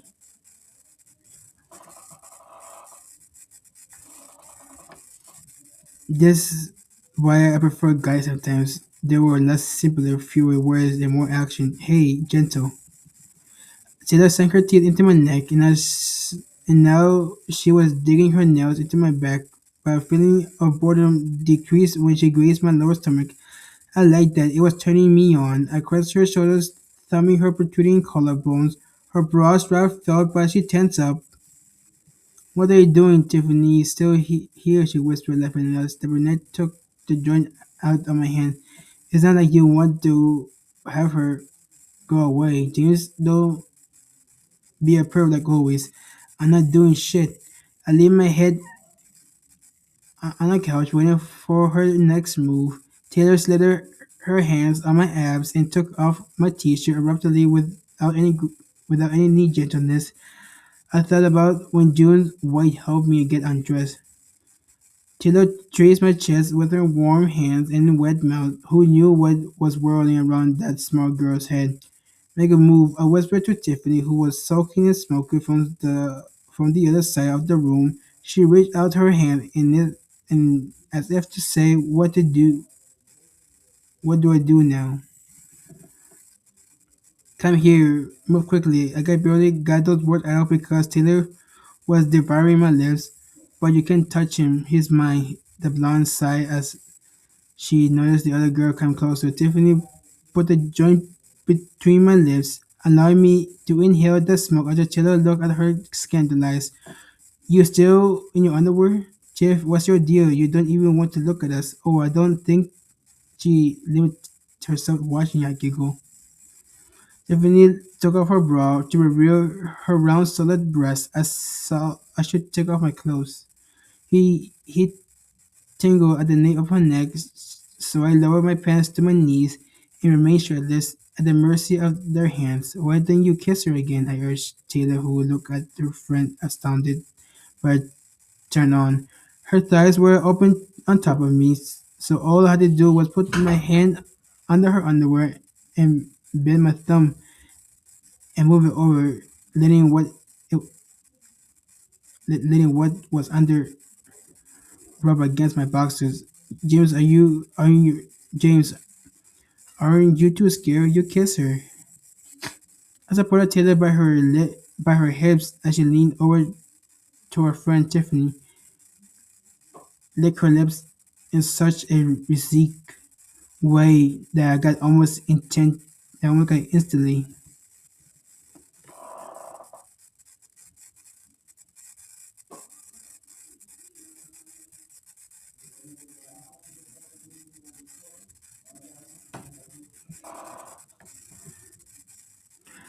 I waited long enough, but dug my hand into the jacket on the couch in search of a pill. "James, don't go too far, or you know what will happen." "Of course, what's important is that I'm almost ready for you, and I'm not going to take that," Taylor said.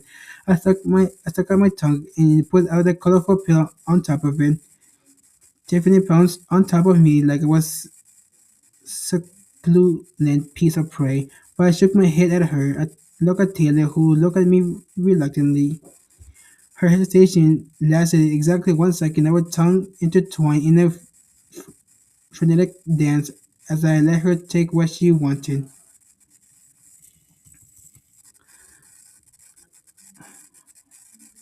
Jamie, I heard Tiffany languid voice demanding something. Then she put her warm hand on my bicep.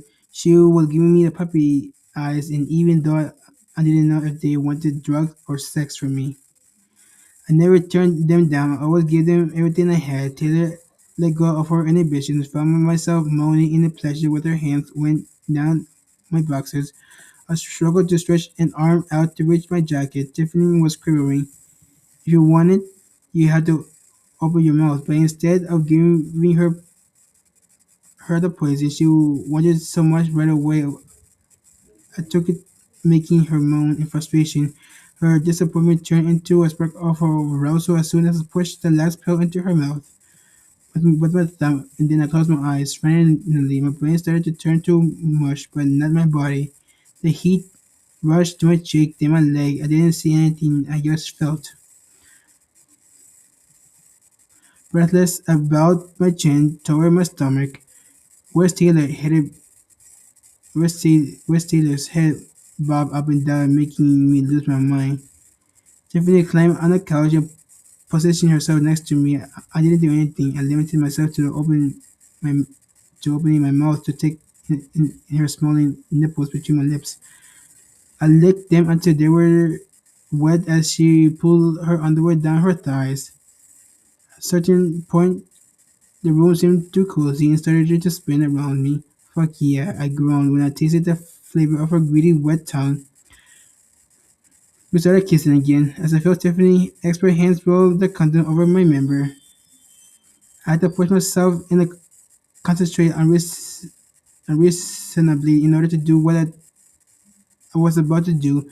Sex was a reflex.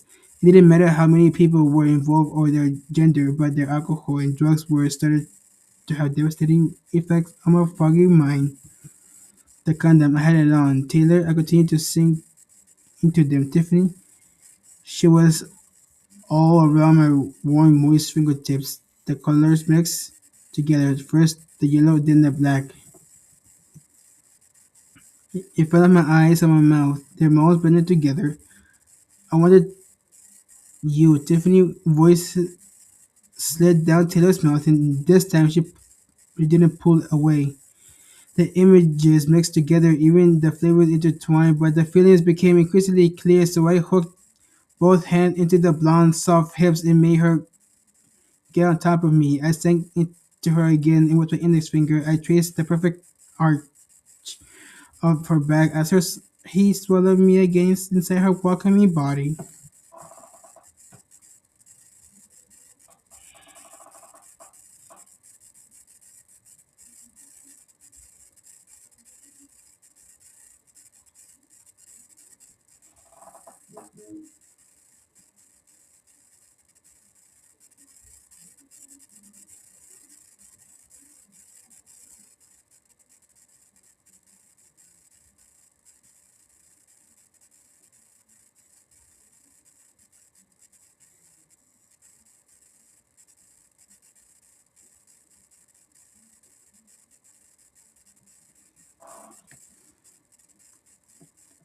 I grabbed her long blonde hair and pulled her forcefully, then gave her a light tug, pulling her head down.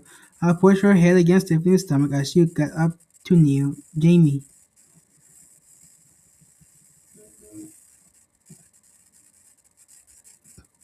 Taylor's voice reached me from far away, and in a moment my eyes feasted on the view of of her warming her way between Tiffany's thighs. I started thrusting hard the inside of her until I heard Taylor cry out as Tiffany threw her head back, moaning in pleasure. I waited for both of them to reach their peak, and again, when I felt Taylor still around my length, I couldn't resist it any further. I growled like an animal, spilling out into the condom until the last drop. A heat wave penetrated my entire body, draining me. I felt completely empty out, body and soul. I have to clean everything tomorrow before the cleaning ladies came, Taylor commented, laying down distraught on the couch. I recommended that we keep this between us, she whispered, embarrassing, putting her pajama top back on.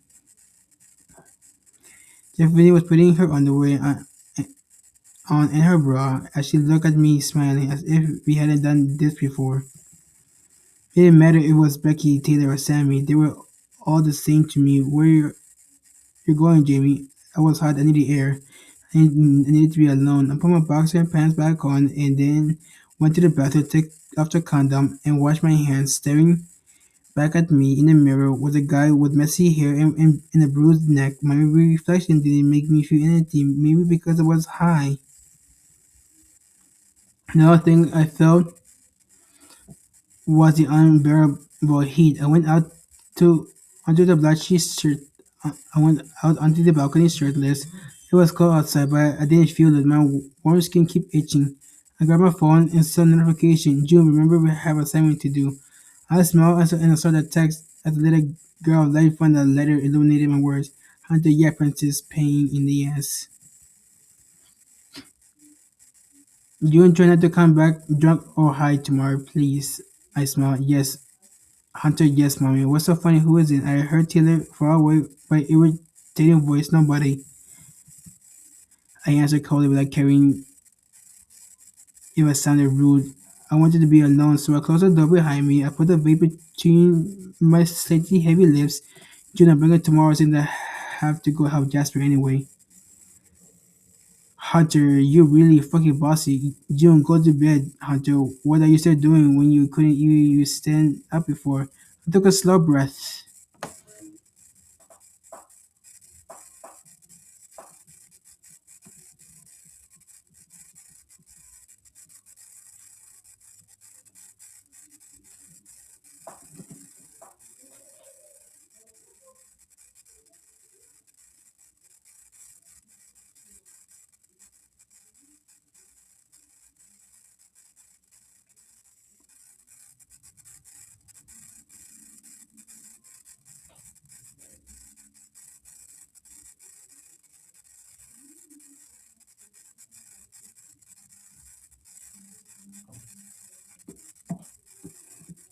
'I took a sharp breath and letting the smoke burn my lungs and then let it dissolve into the night with all my problems.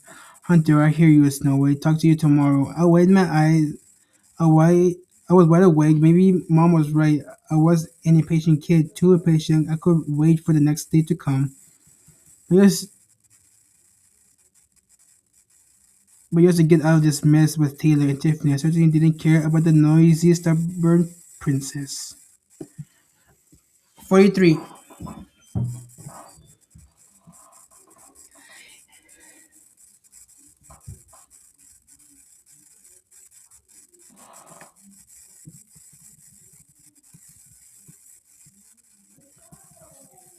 43, James. What do you mean Jasper not here? She only be at my house for less than a minute. She was already getting on my nerve. Look, wait, I don't know what the fuck to tell you. My dad forgot to tell your mom Jasper's at therapy today. He didn't seem to care about what I had to say. She went past me and walked into the house. She wrapped in a cherry red hoodie. I always noticed that she still had her uniform skirt on under that mass of clothes. I dared to discreetly undress her with my eyes, like I did whatever I wanted to, even though she never noticed. When is he coming back? She acted disappointed. I was about to kick her ass out of the house when Jasper set a fire she came to mind. It was hard to admit it, but seeing my brother communicate like he did with her was extremely rare, and I couldn't deny that made me happy. She stared at me perplexed. Should I head out? I ran my finger through my hair, which was still damp from the shower. I don't know. Do you want me to stay with me? I invited you to my room and we'll have a tea party and talk about our feelings. Also, she retorted, head held high. She got all embarrassed and I brushed against her, but then she had the courage to talk to me like that. Who the fuck did she think she was? aside to cool down. Meanwhile, she was already walking around her table to put a folder on top of it. Here, oh yeah, the damn report. I'll write it up and then turn it in tomorrow, but you have to work on it. Do we have a deer or do we have a deer hunter?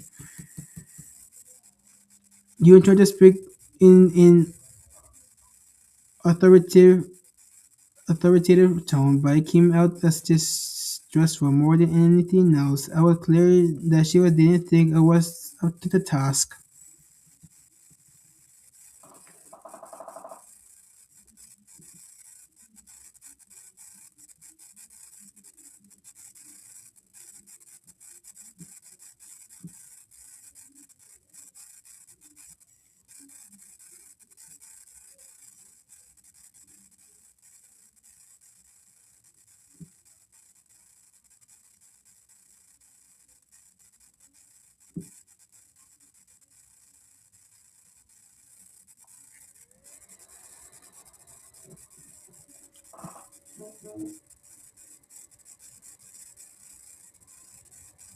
She didn't think I was up to the task. I don't give a flying fuck about your homework. I want to vape, I replied, taking all my anger out on her. And I while studying. Oh yeah, because you were studying together now. Why do you say I had to do it myself? I grabbed a piece of rolling paper and she pulled the folder away so the we won't get all over it. What are you doing? Rolling a joint? You want a head? Are you nuts? No.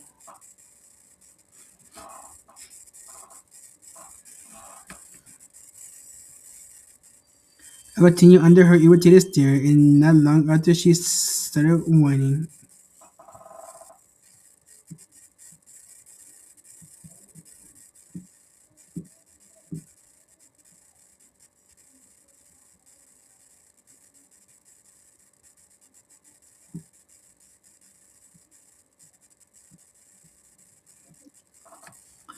I continued under her irritated stare, and not long after she started whining.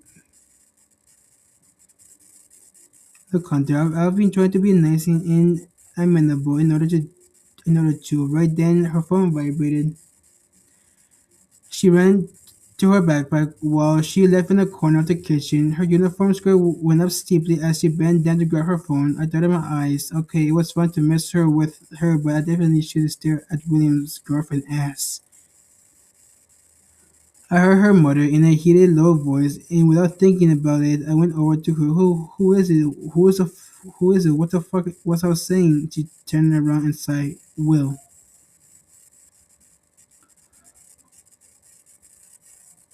When will you decide to talk to her seriously? It didn't make sense for him to get into a situation like that now. Then like that, not now. When we still had unfinished business with Austin. I saw her disappear into the living room to talk privately, so I decided to give her space and walk out into the yard. I took a few hits, then he heard her come out in a frenzy. Give it to me, she howled.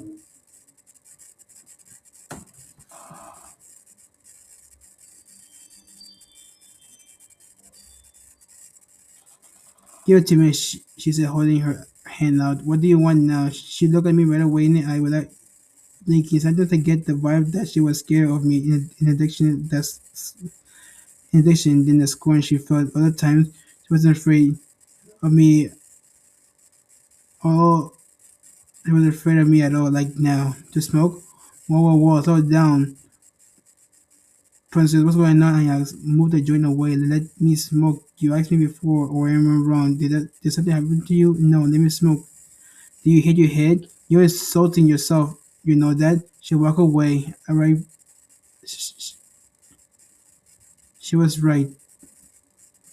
You're insulting yourself. You know that? She was always right. I passed her the joint. Our finger brushed against each other. Other almost accidentally, but she pulled her head back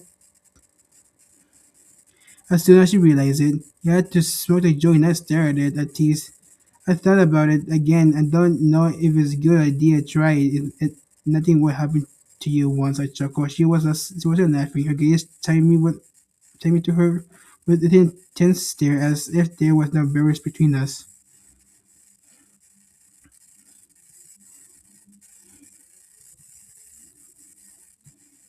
I brought the joint to her lips and felt the heat of her breath at the softness of her mouth on my fingers. I shivered, but she didn't notice. She had it between her lips, took a deep breath, and then started coughing. Ah, gross. It wasn't in your lungs, of course. It's gross. I shrugged, smoking again. Then why do you do it?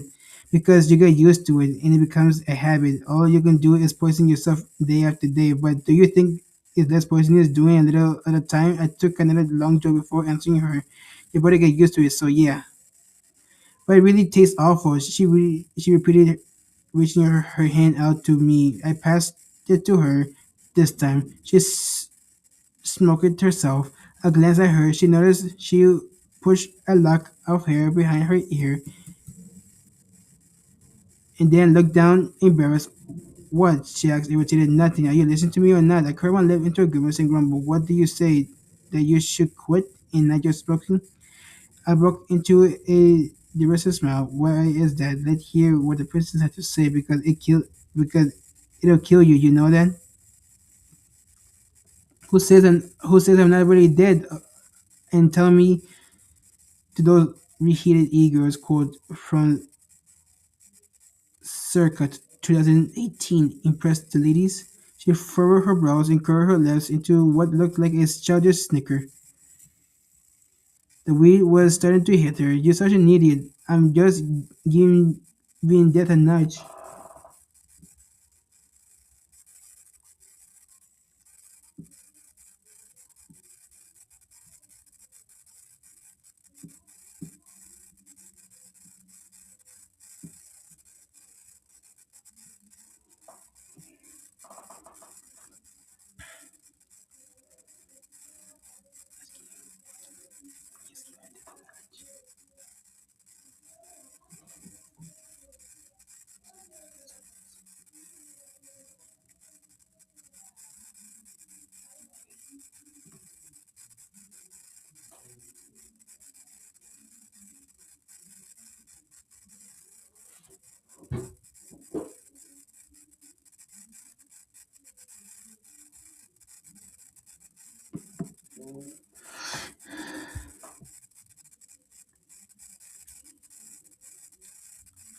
Such an idiot. I'm just giving a death a nudge. Maybe that way it'll come find me earlier than planned.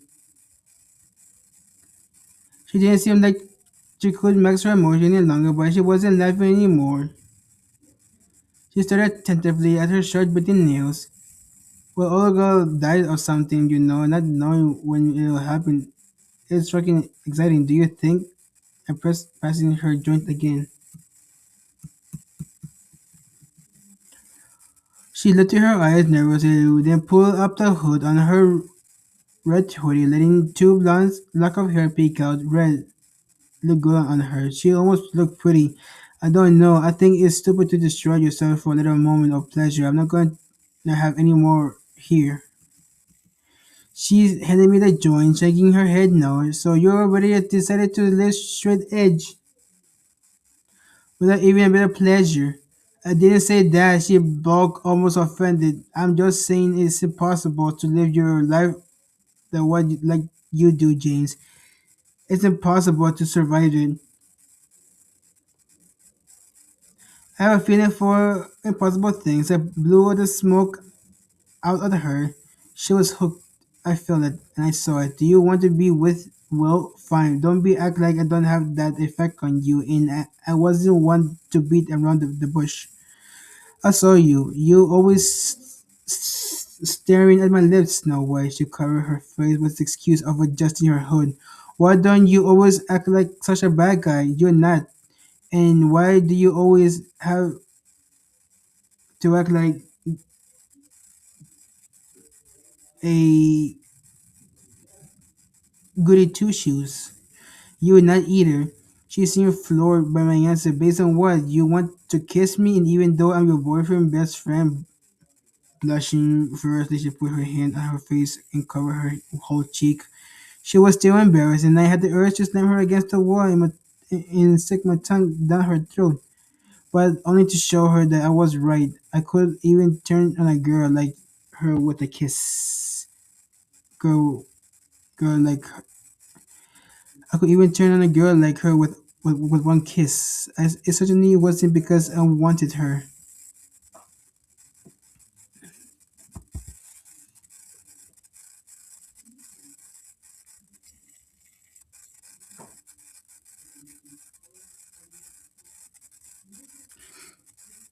She closed her eyes. Smoking slowed down her normally quick thoughts. No, I don't want to. You're off base and your statement isn't true. Your arrogance makes you think that, not to mention that tough guy look you have, does it really give you that much self confidence? You are all blah blah blah. I stopped listening after the first word you said. Why I hate you, Hunter. I grumbled, sticking my lips out, capturing her attention again. She could say she hated me, but the truth was anything but.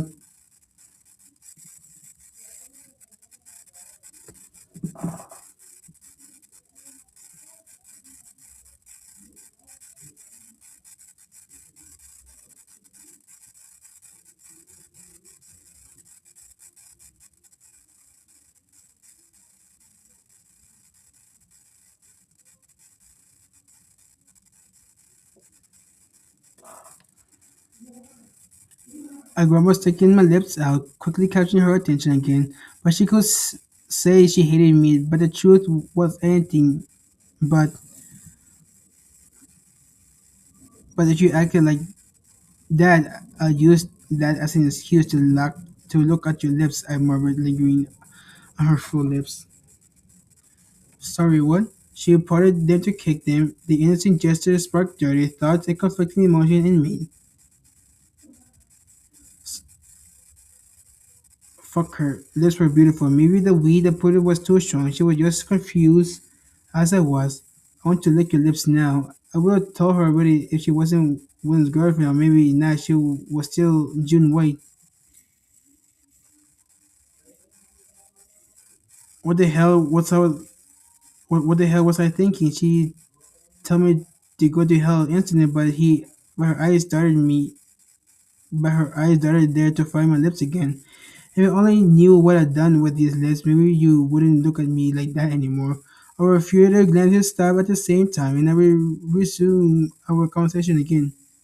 Timmy White. She lowered her head, waiting for me to say something. What you told me the other night true? What was true? What you told me about your brother? She got up quickly.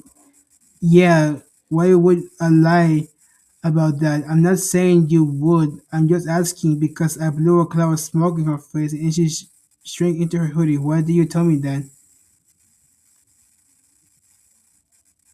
It just felt natural. If it upset you, no, of course not. It didn't. Even Will explained it. Sometimes I'm too direct bullshit. Did you tell him too? I was going down a dangerous path. Too dangerous even for me. No, it just has come up, she admitted.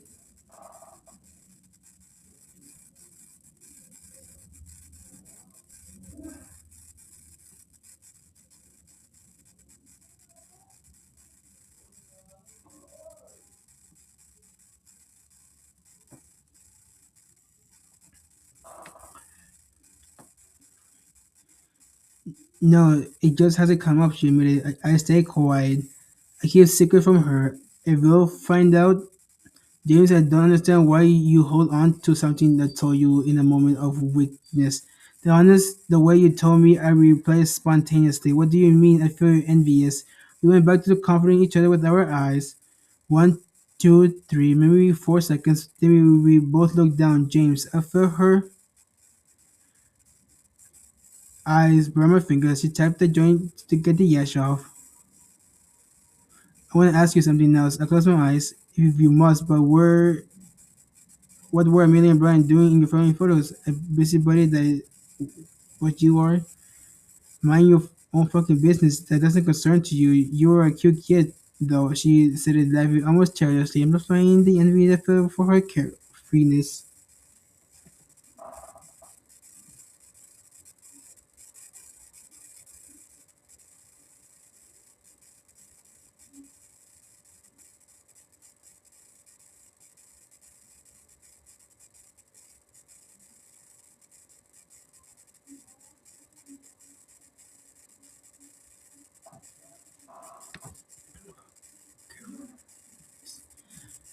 Her way of prying into my past started to make me uncomfortable. You don't have to know she has pets standing up.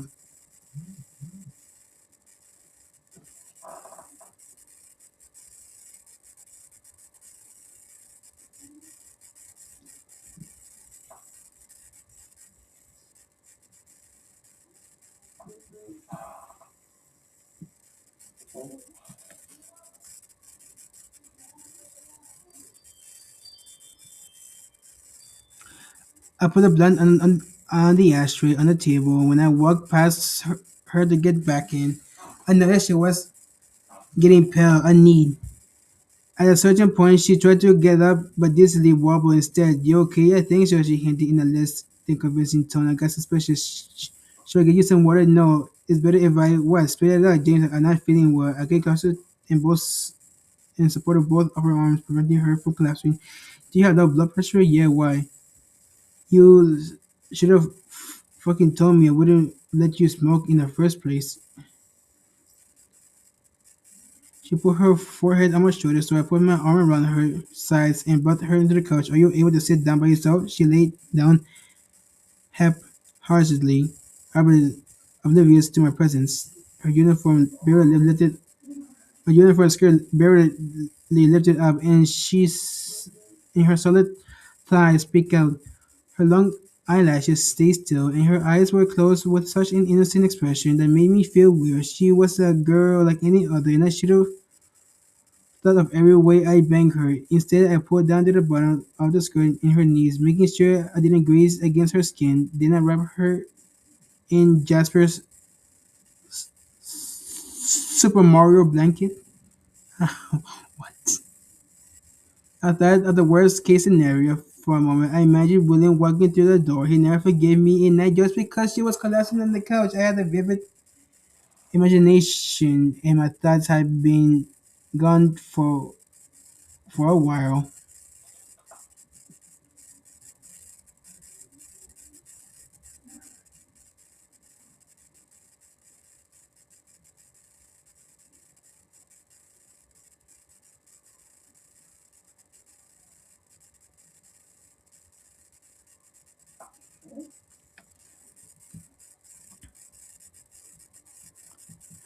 A sure way those ideas sat at the kitchen table. Gender disparity in literature. I read the title of the assignment that vice principal gave us. Let's see what the princess wrote. I told myself screaming the lines out, writing a forward introduction in that development. Look how she beats around the problem without ever facing it. I'll deal with what he made me her redo. The concept was well within, but it didn't elaborate as if she was too afraid to show herself. There was no substance to it. What an idiot. She was such childish handwriting. She had such childish handwriting. I spent an hour on that damn essay, and she slept. Certain point her blonde hair emerged from the couch,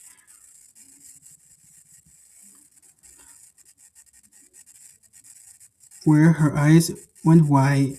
When she realized she was at my house, you have interesting ideas in that little head of yours, I told her. What are you doing? She asked apprehensively. When you saw me holding her homework, I finished it. Oh no, I totally forgot. I really did it, really. See, she seems skeptical. You let me pass out. What else is I supposed to do? Disoriented and with messy hair. She looked around. I'm starving. You're stoned. I'm hungry too. Let's order something. I put the pages back in the folder. Here, she stared at me, almost scandalized. What the fuck do you want? A formal invitation? I saw her check her phone. It's late. I better go home, she muttered and hesitated before picking up her backpack off the floor. Don't forget this. I handed her the homework. She examined it carefully. Thanks, James. I found a frown when she unexpectedly came closer to me. I froze and took a deep breath before closing my eyes. I kissed on the cheek, then she dashed off.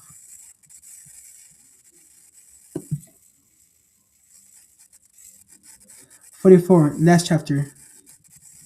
June. I'm such an idiot. I wrote it in my phone notes I was internalizing the idiot I made out of myself that day. I was particularly passed out on James' couch after 2 hits. Knowing him, he must thought I was ridiculous. He probably He'd probably be doing what he usually did, waiting until we got to school to humiliate me. I learned my lessons. Never smoke. I wrote that in my phone. I want to promise myself that because it seems like when I was under the influence that I kissed the cheek of guy I hated. I never fall asleep at your enemy's side. Ridiculous things could happen, like him finishing the homework instead of me being less impulsive. I should have hung up on William like that, but what he said hurt me. I had too much things in my head. June, maybe it's better if we slow down. What do you want? What do you mean slow down? I asked, despite it sounding like slower than this before. We don't see each other anymore. Come on, you know what I mean. People say those kind of things in cases like this. I couldn't stand it anymore. So, Will, how do people respond to things like that? Explain it to me. Tell me if it works for you. Let's take it as it comes. I don't understand.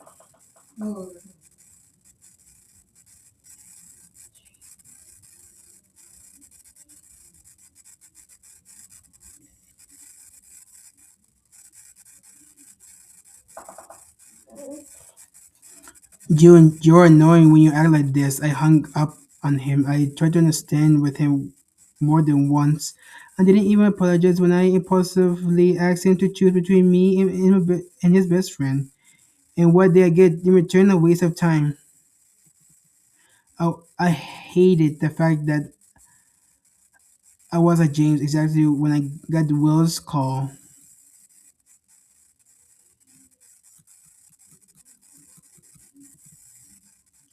I would prefer to be a homo to have my reaction under control and sit with the disappointing and negative feelings on my terms. But there I was exposed and I didn't want Jane to see me vulnerable. That's why I asked him to smoke. Of course I didn't expect to pass out on the couch while he took care of the assignments. Sure, it was a small gesture, but it certainly wasn't nothing coming from James. I didn't understand why he didn't chase me out.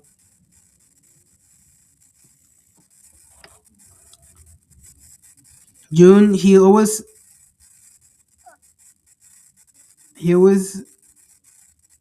the same arrogant dick. Didn't get any ideas. I sat down at the desk and opened the folder to read what he written. I caught myself smiling, putting my knuckles on my cheek, almost as if I wanted to hide the reaction from myself. Why the hell was I letting myself get caught up in enthusiasm if someone had 2 billion ideas in a row? What's my problem? Suddenly, I heard a sound coming from the room next to mine. Then silence. I get. I went back to reading the homework, but sound got progressively louder.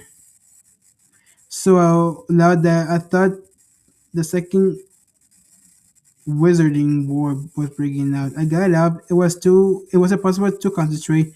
I went to the bathroom when I found Mom furiously trying to wash her paintbrush in the sink. Another jar changed got from the you got from a painter to percussionist. She stopped with her hand, lowered her hands, gripping the sink as if she wanted to prevent herself falling in. And almost shockingly, she was since calling me or listen to me, Mom. I looked at the stylish figure collapsing onto herself. Are you okay? Sorry, she murmured without turning around in the mirror. In the mirror, I saw her gone tear-stained face. She suddenly seemed to have gone back to who was she was 4 years ago, when was only room for pain on her face. What's going on? I cautiously approached her, put her hand on her trembling back. What's wrong? Everything is fine. She wiped away her tears with her hand and tried to smile at me. You worry me. I'm pointing out the splashes of color that were smeared on the tile. Honey, you shouldn't. I just had a moment. Is this because of money issues you hinted at? No, I watched her turn on the tap to finish rinsing the brushes. She did it angrily, like it was her stress reliever, like she was only knew one way to face disappointment and sadness.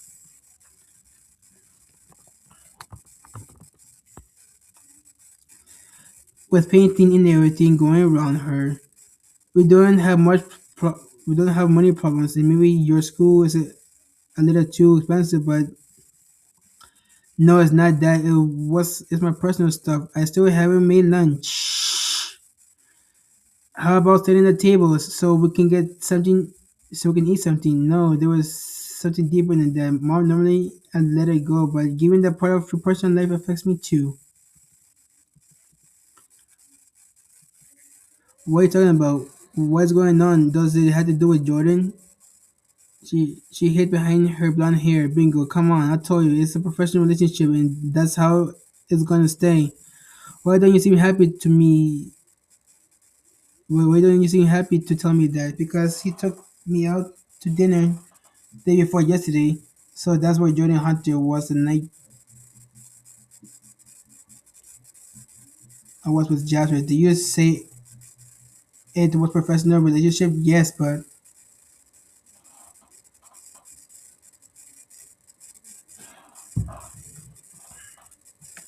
yes it is. But I couldn't control myself. I saw her yes it is, but I couldn't control myself when I saw her hesitant face. Spare it out, mom, please, I urged him impatiently. She looked at me she looked at me in the mirror as if she, as if she didn't have the courage to turn around and say to my face, we kiss. I knew it, damn it, I knew. What was I still upset you and I regretted it so much. She sat down the edge of the bathtub, sighing, trying to make me come closer. June. I'm gonna be upset with her right when she seemed so weak and fragile that I would have just given her a long hug, but I didn't stay with my arms folded.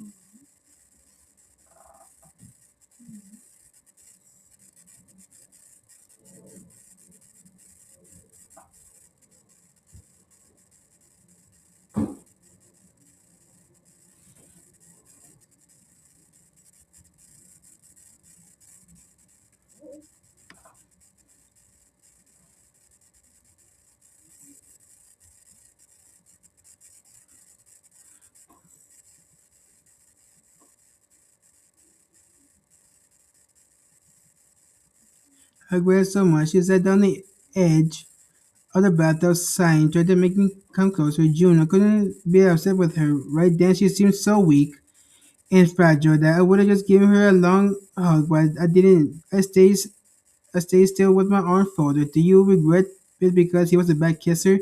She cracked up, and a few lines showed up on her face.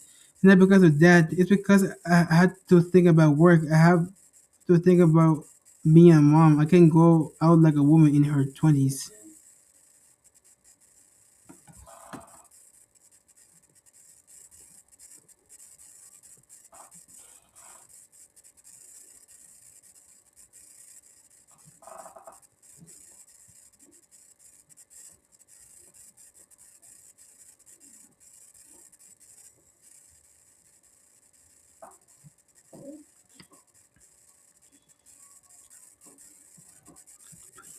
I closed my eyes trying to repress all the selfishness inside me. Mom, if you only dedicate your life to working and being a mom, you're not living anymore. You're surviving. That's not fair. You don't deserve that at all.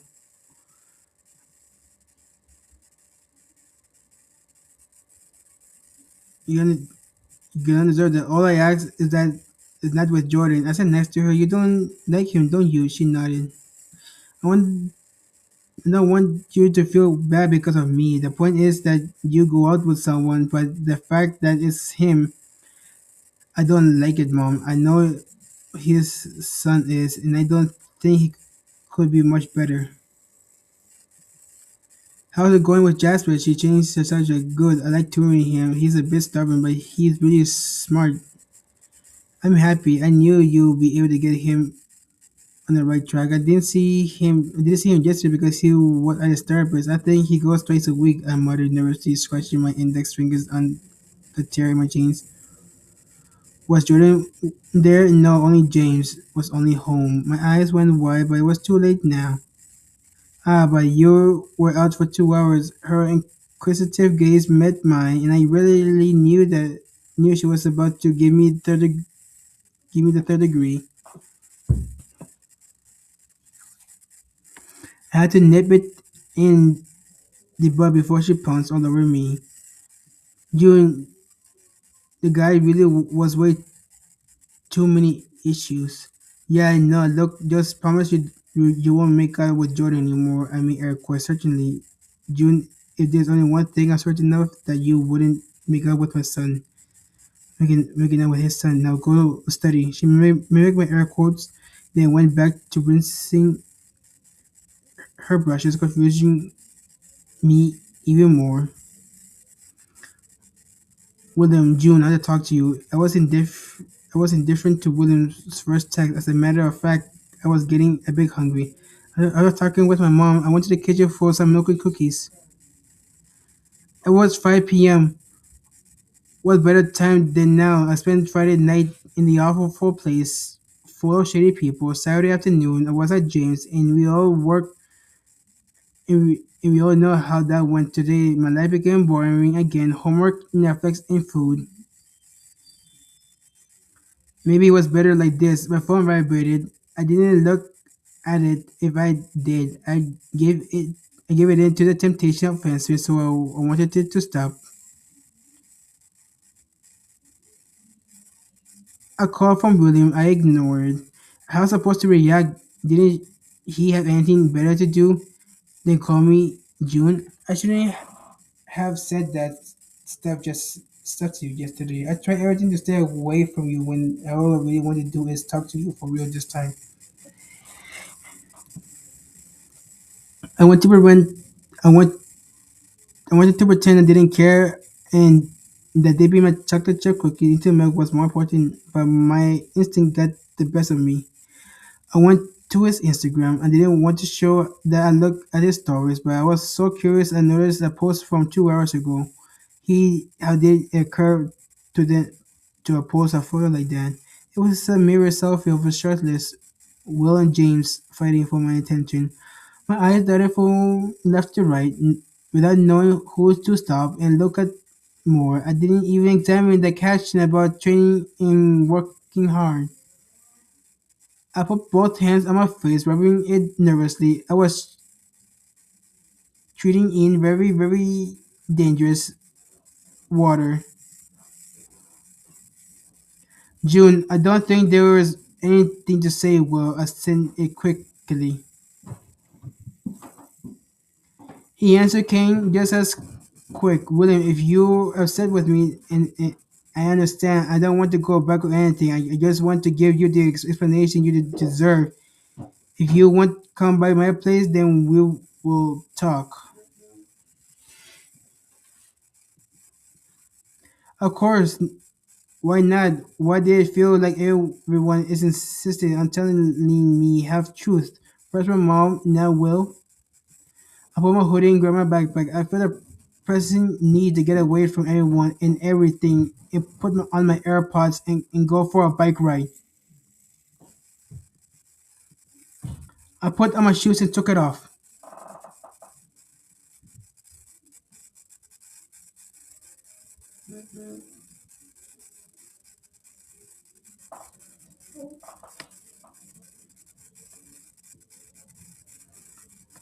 Feeling my hair wave in my lungs filled with fresh air made me feel better quickly. The flushing in my chest started to subside, but too many thoughts were still weighing down my mind. I like Will, but his attitude only pushed me away.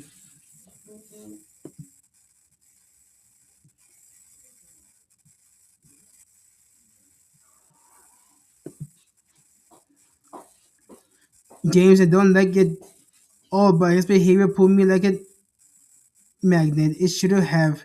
He was a typical guy who made fun of me in front of everyone. In fact, he did it too when we were alone, but I didn't have enough experience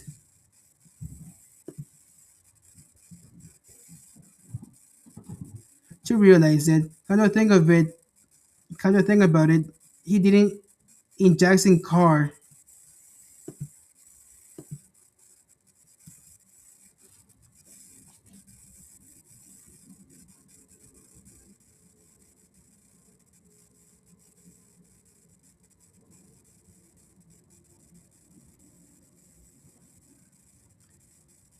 and did it again yesterday at him. Was I too naive or too skeptical? Falling into a guy like James Hunter trap would have been easy too easy. A guy that's hot and popular had never paid attention to me before.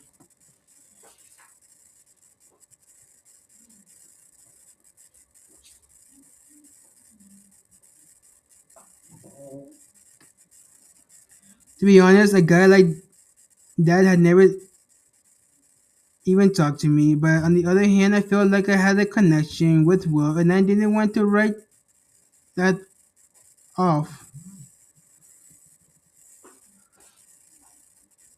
If only he didn't flip flop so much. I started smiling with my headphones in.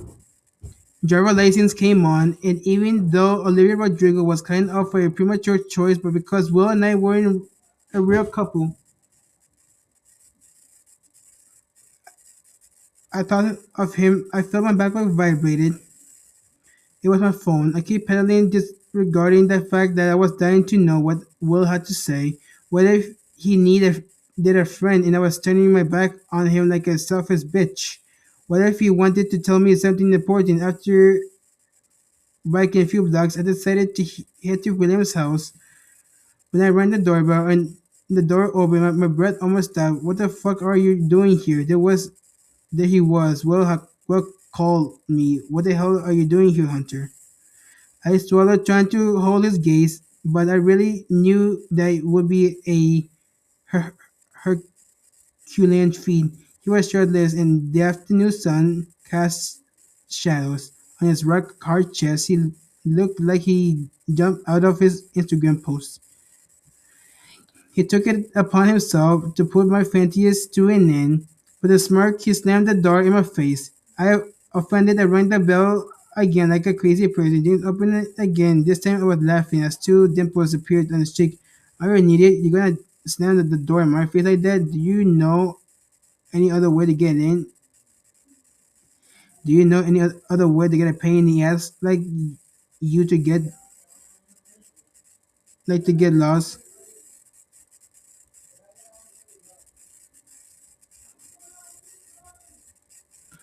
My eyes fell on his warm cheek as if I wanted to take an aim and snap it. I put his smooth cheek evoked that sensation of touching my lips to his skin. For a moment, I thought I left a mark like a brand. Do you not hear me? Go home and don't give me shit. I held back the insult that was jumping off the tip of my tongue. Then I talked again more calmly. Well, call me, but my instincts didn't make him move. Instead, he leaned on the door jamb, preventing me from coming in. Why are you spewing bullshit? What are you doing here? Can you cut it out and get dressed? Thanks. I glanced furtively at him without looking down. I was shirtless whenever the fuck I want, Snow White. Jesus, what a meathead. They say they say you see a person's flaw better close up, but James was the total opposite. He had a perfect body. It was too he was so enviable, but it made me feel awkward. What the fuck do you want? He lowered his head in my direction, forcing me to respond with an exasperated look from you not to move, please. Obviously, he didn't move an inch. He continued to gaze at me contemptuously, more persistent than ever before. I put my hand on his sweaty chest to push him, but it was useless. Ew, I groaned as I felt my hand slid down his chest. James leaned down to whisper in my ear, yeah, sure, ear. Why don't give me another little kiss and you're already here? He whispered as his cologne intoxicated me. Because you're a dickhead, fucking bitch. June, you really came. Finally, William's silhouette appeared like a celestial vision behind James's shoulders. James let her in, Will ordered, seeing that I was still at the door. What on earth were you doing? I asked, perplexed. Then I noticed that Will was also saying the Will was also sweating bullets with his striking t-shirt and messy hair. We were training, he explained as James bolted to the kitchen. William wiped his face with the towel, staying a safe distance away. I'm going to take a shower, then I'll be right with you, okay? I nodded, unconvinced, and crouched down on the first step of the staircase and wanted to talk. I felt like I wanted to tell him that couldn't continue like this, that my thoughts went up in flames. Jay stood in front of me with his hand in his tracksuit, pants pocket and an apple juice in the other. I didn't because my brain was foggy. I justified myself, but James didn't consider the important subject. Jasper was looking for you this afternoon, he said, looking down at me. I could come. I looked down at at the parquet flooring because the sight of his lips on a straw bothered me. Shouldn't you be home with him? James looked at me with arrogant disregard. You want some? He asked, pointing to the juice. No. And for God's sake, get dressed. Do you live here now, Hunter? I came here sometimes. Why? He said, leaning his shoulder against the wall. I remember what Jordan told my mom that James almost never slept at home. What are you? Why are you sleeping here? His blue eyes stare at me sharply, patting his messy hair. None of your fucking business, but it's just to remind you of that because you can't help yourself. You always have to stick your nose where it doesn't belong. I soak. Why can you ever be civil toward me? He tilted his head like he wanted to study me from more angle to understand if I was really interested in what I asked him. Sometimes I came here more often than usual. That's all he disclosed consciously. Wow, your dad seemed like an okay guy. His eyes got darker and he sat next to me to the step. Look, if your dad's an asshole, you have to tell me because he works with my mom and they're dating. I've heard him breathe a heavy sigh before starting to talk. It had nothing to do with my dad. I did it because hiding here is a habit I've had since I was a kid. And there's times when his parents are never here, we're always alone. James inadvertently piqued my curiosity about something else. Why he had to hide here since he was little.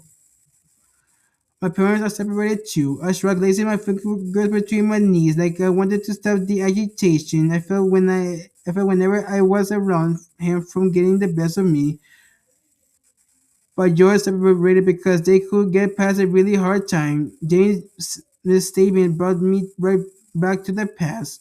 What about yours? If my parents were separated, it's only because my mom didn't think twice about cheating on him repeatedly. Did that happen a long time ago? James clenched his jaw. I was in elementary school. My dad was working. My dad was always working. He was never home. So she slept with with with every Tom, Dick, and Harry. End of sub story. I jumped. James clenched his jaw, and when my leg accidentally brushed up against his, he pulled it away like a burn. He stood up, went to the kitchen, and rolled a joint. 5 minutes is too long to go without smoking, I said sarcastically. I sweat out too many toxins during my workout. He maneuvered a roll of paper between his fingers, and I decided to pick up where we left off. But if your dad got custody of Jasper less than a year ago, he didn't raise you guys, did he? His eyes darted at my face. No, he answered curtly. At first, I was interested in finding out what kind of guy Jordan was, but now that Jordan was a bad guy, Verbo was eliminated. I wanted to know more about their family. I guess a long time ago that James was just putting on an act, but what? He was hiding it? But what? Was he hiding? I saw him bite his lip nervously, and I couldn't hold back. James, we need to talk. Maybe I didn't have the right to say that. Maybe it wasn't the right time, but now I said it. He furrowed his brow and looked confused. One, two, three, fours. Step from upstairs replaced the silence. June, 5 seconds, and both of us sheet away from the visual contact. I turned around and saw Glenn looking at us. He changed at me and he changed and was at me.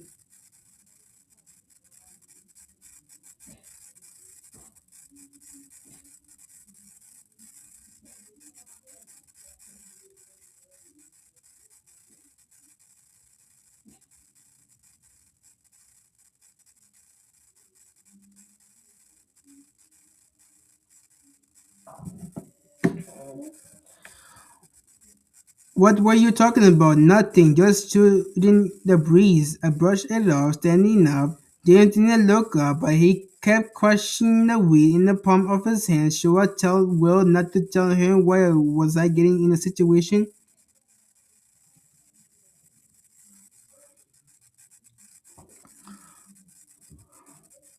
where I had secret with the best friend of the guy I like? I look at James as his fidgety fingers that slid expertly across the rolling paper when William spoke.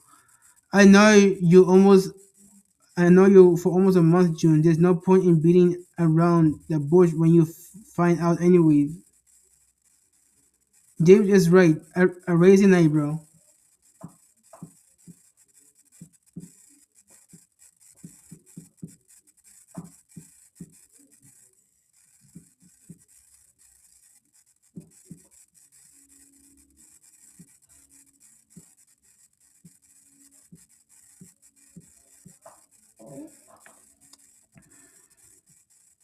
What do you mean? Come on. I glanced at James one more time, who stuck his tongue out theoretically at the bottom of the stairs and made a gagging motion with two fingers. I shook my head and followed William to his bedroom. His room, right. How could I forget such an unsettling place?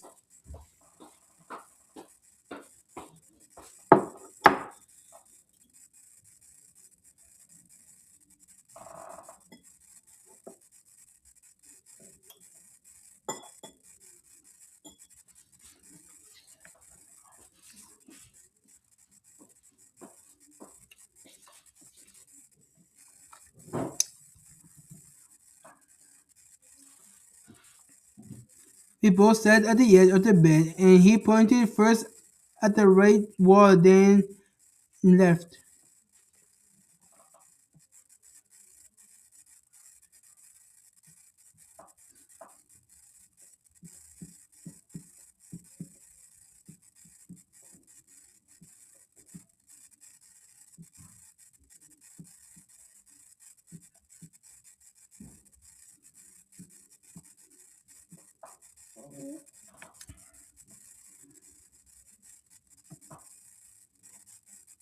I shook my head and followed Williams to his bedroom. His room, right. How could I forget such an unsettling place? We both sat at the edge of the bed, and he pointed first at the right wall, then left. See there's two walls, one white and one black? Yeah, imagine that is my life, June.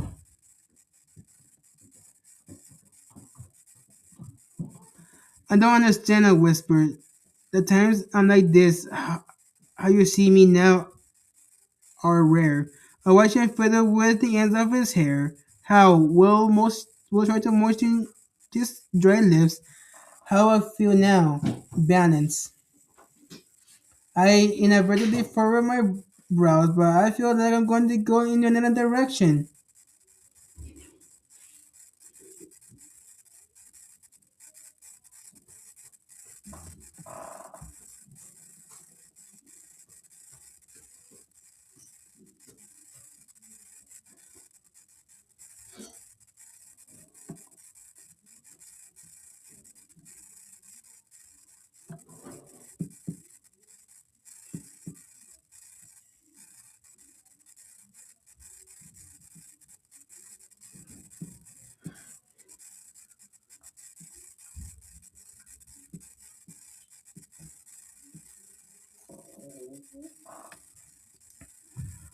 How will try to moisten his dry lips. How I feel now. Balance. I inadvertently furrow my brows, but I feel like I'm about to go in another direction. He pointed at the black wall to our left.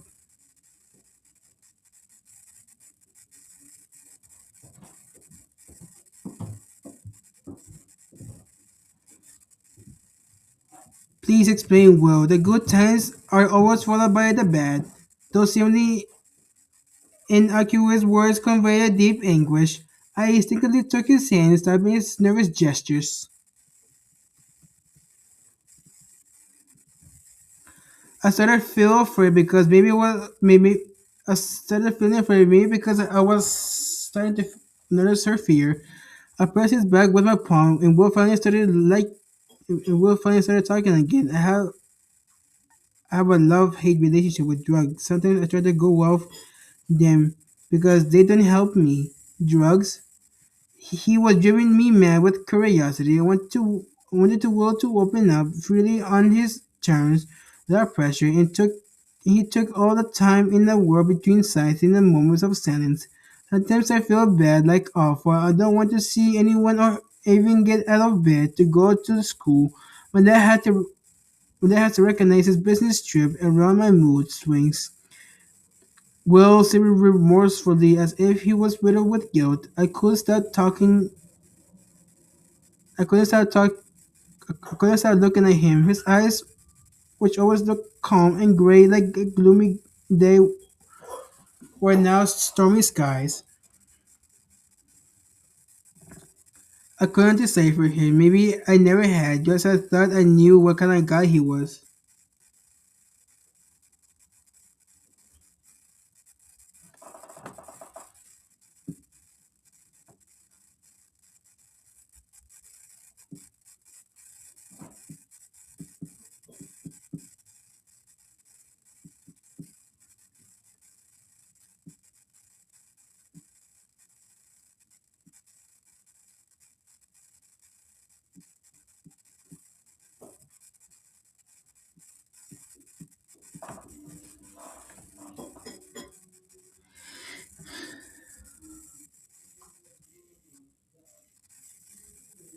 I couldn't decipher him. I never had. I couldn't decipher him. Maybe I never had. Just I knew what kind of guy he was when he became nice and understanding. He threw me a curveball. The next minute, what?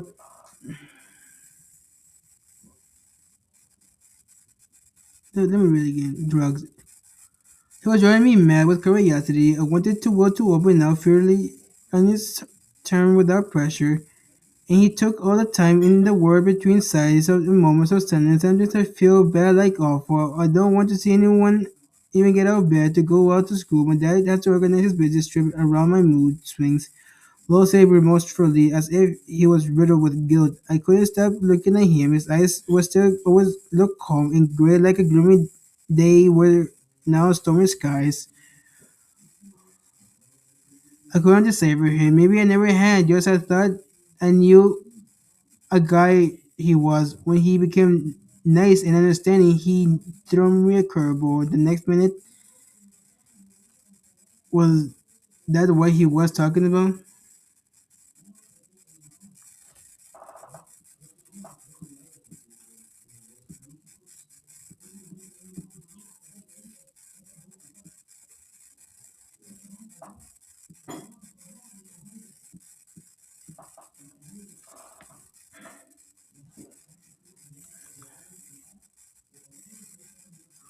What are you talking about, June? I scared you, didn't I? He seemed to ask that question on purpose to pause the story. No, absolutely not. I was just thinking. I froze. I didn't know how to behave. Should I be honest? What if I hurt his feelings? If James was there instead of William, I would have told him everything that was going through my head. I was still in. I was still just James. It was still just James, but the truth was that I was afraid that would feel bad. I was thinking about a painting that my mom did. I interpreted his intrigued gaze as an invitation to continue. The subject was a tree divided in half. One side had all the bright colors of spring, the brilliant green of the foliage, the blue sky, the golden cornfields, while the other side was black and white. I think it represented the duality of existence, the blending life of death that defined it. Maybe it had nothing to do with what you're telling me, but I wanted to tell you. You made me think of it. Will didn't laugh at me or tease me. I think about it a lot, he articulates slowly. About what? Death. What followed was an exchange of delicate glances between us. I stayed quiet, respecting his time until he decided to continue. Maybe I'm like your mom painting, but the opposite. That isn't my gray area. It's a brightly colored one, and when I'm in my dark times and I feel too alive, then I seek out the true expensive like it's like death itself. Race, drug, violence. It wasn't James who drug Will into these messes. In fact, it might be the exact opposite.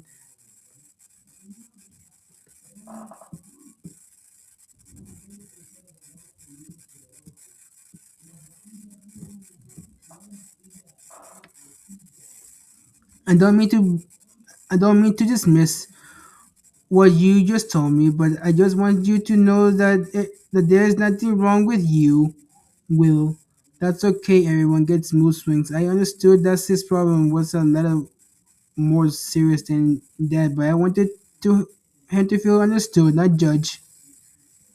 William smiled strangely at me, so I allowed myself a naive observation to lighten the mood.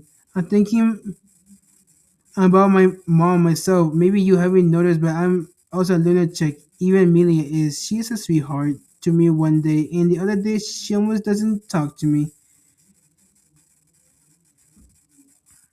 Now that I said, I realized that there were days when Amelia didn't. that-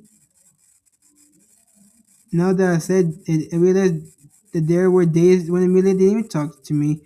And thinking about Jackson, who's impossible sometimes. Don't even get me started on James. Even he's so bipolar. My jaw dropped that what I said at Will party in front of everyone, and that was why everyone looked at me badly. And he threw me out of his house. My eyes went wide with worry. Well, I'm sorry for saying awful shit. It became a stupid phrase, and we shouldn't be so cavalier about it. Those words rushed out of my mouth like a flooding river. I feel disheartened. No, please don't apologize, June. Is it because you feel sorry for me? I don't feel sorry for you. It's because I've been insensitive around you sometimes. He grinned and his two nearly invisible dimples formed at the side of his mouth. I like you this June for who you are. I don't know what else there is to say. I smiled back, where in my case there's nothing unexpected. I already know what will happen. If my mood gets better, I spend 2 or 3 months here where I feel well, but I also do a ton of stupid stuff. He lowered his head, embarrassed by what he said, or maybe because of what he done in the past. And paradoxically, that's exactly the time when you don't want to know me. Juno squeezed his hand. I'm sure of that.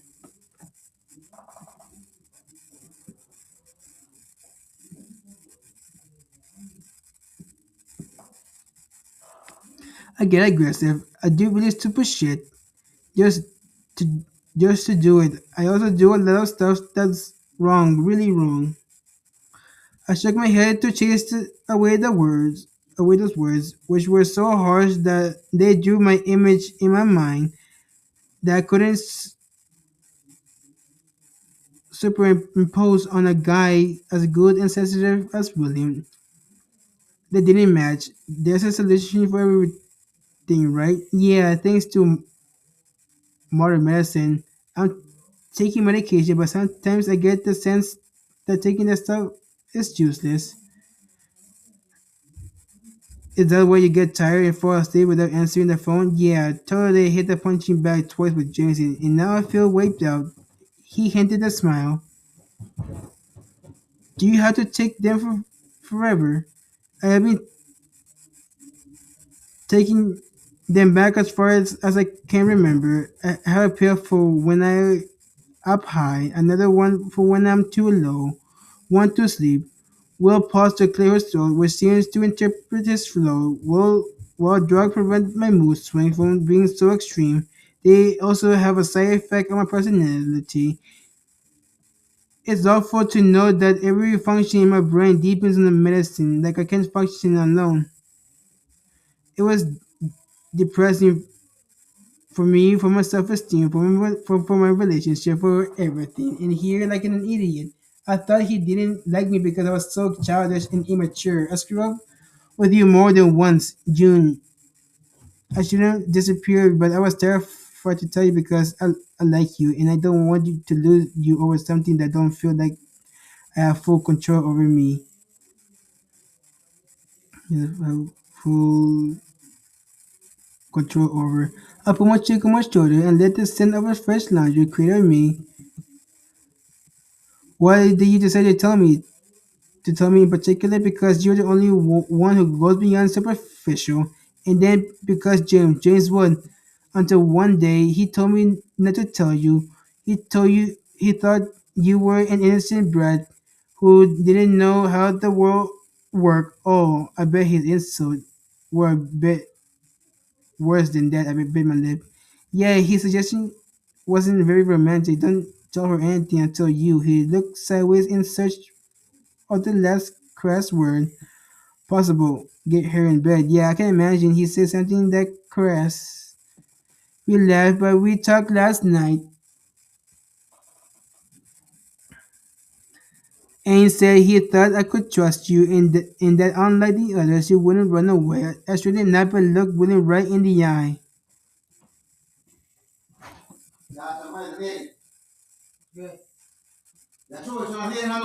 I'm reading a book. Well, where's the computer the phone? Yeah, Daddy, I'm reading a book. I don't care. Why you don't care? I'm almost done with the book. Why, why is that? Why is the laundry room full light?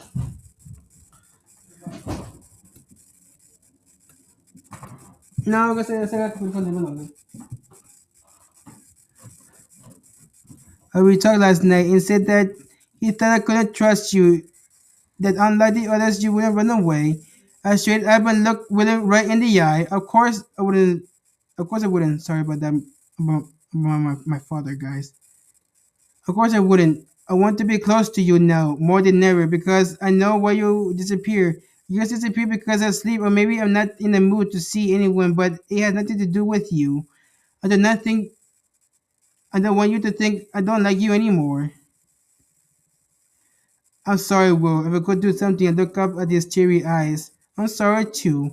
I was I wish I could be like everyone else, like James or Jackson, being euphoric because something good happened, getting mad because someone's really screwed me over, not not feeling frustrated or sad just because my brain tells me to. I want to have fun because I really want to, not feel like a slave to desire to always go further. My hands my hands let down his shoulder.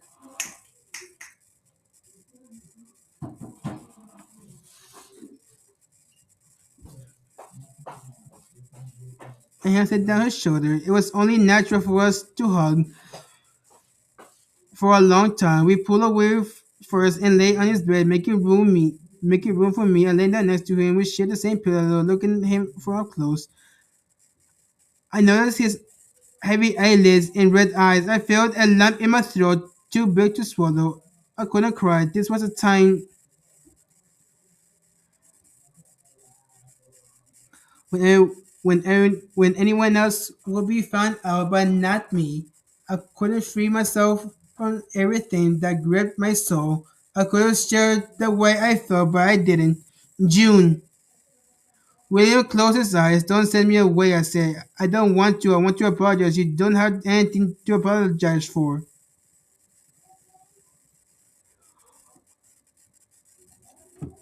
Oh, well, anyway, I do stupid stuff and hurt people, June. Don't say that. I don't want thing between us to end, but being together isn't the answer. I will always disappoint you. And he stopped to take a breath.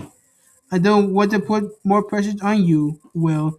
If you prefer for once not be committed, that's okay. I want to take it slow. And not because after all, I agree with him. I just wanted things to be clear and not to tell each other lies. So you're not afraid?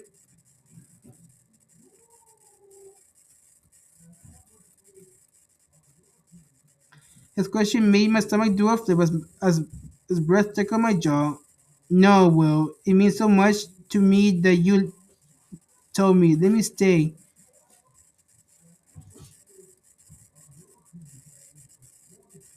He kissed me on the lips. Stared at him without saying a word. Then, please stay. One, one more of this story. Pick up a copy of Love You Love Me, Magnetic Hearts now, whenever books sold. Part 2, Polar Opposites will be in stores March 17, 2026. Will be in stores.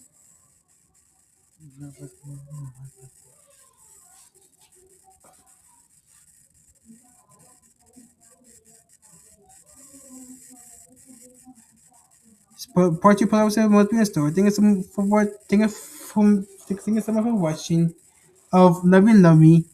English by Prime Video UK. Hope you guys like this video and have a good day, guys. And I reached the last part of this book. Have a good day, guys. Bye bye.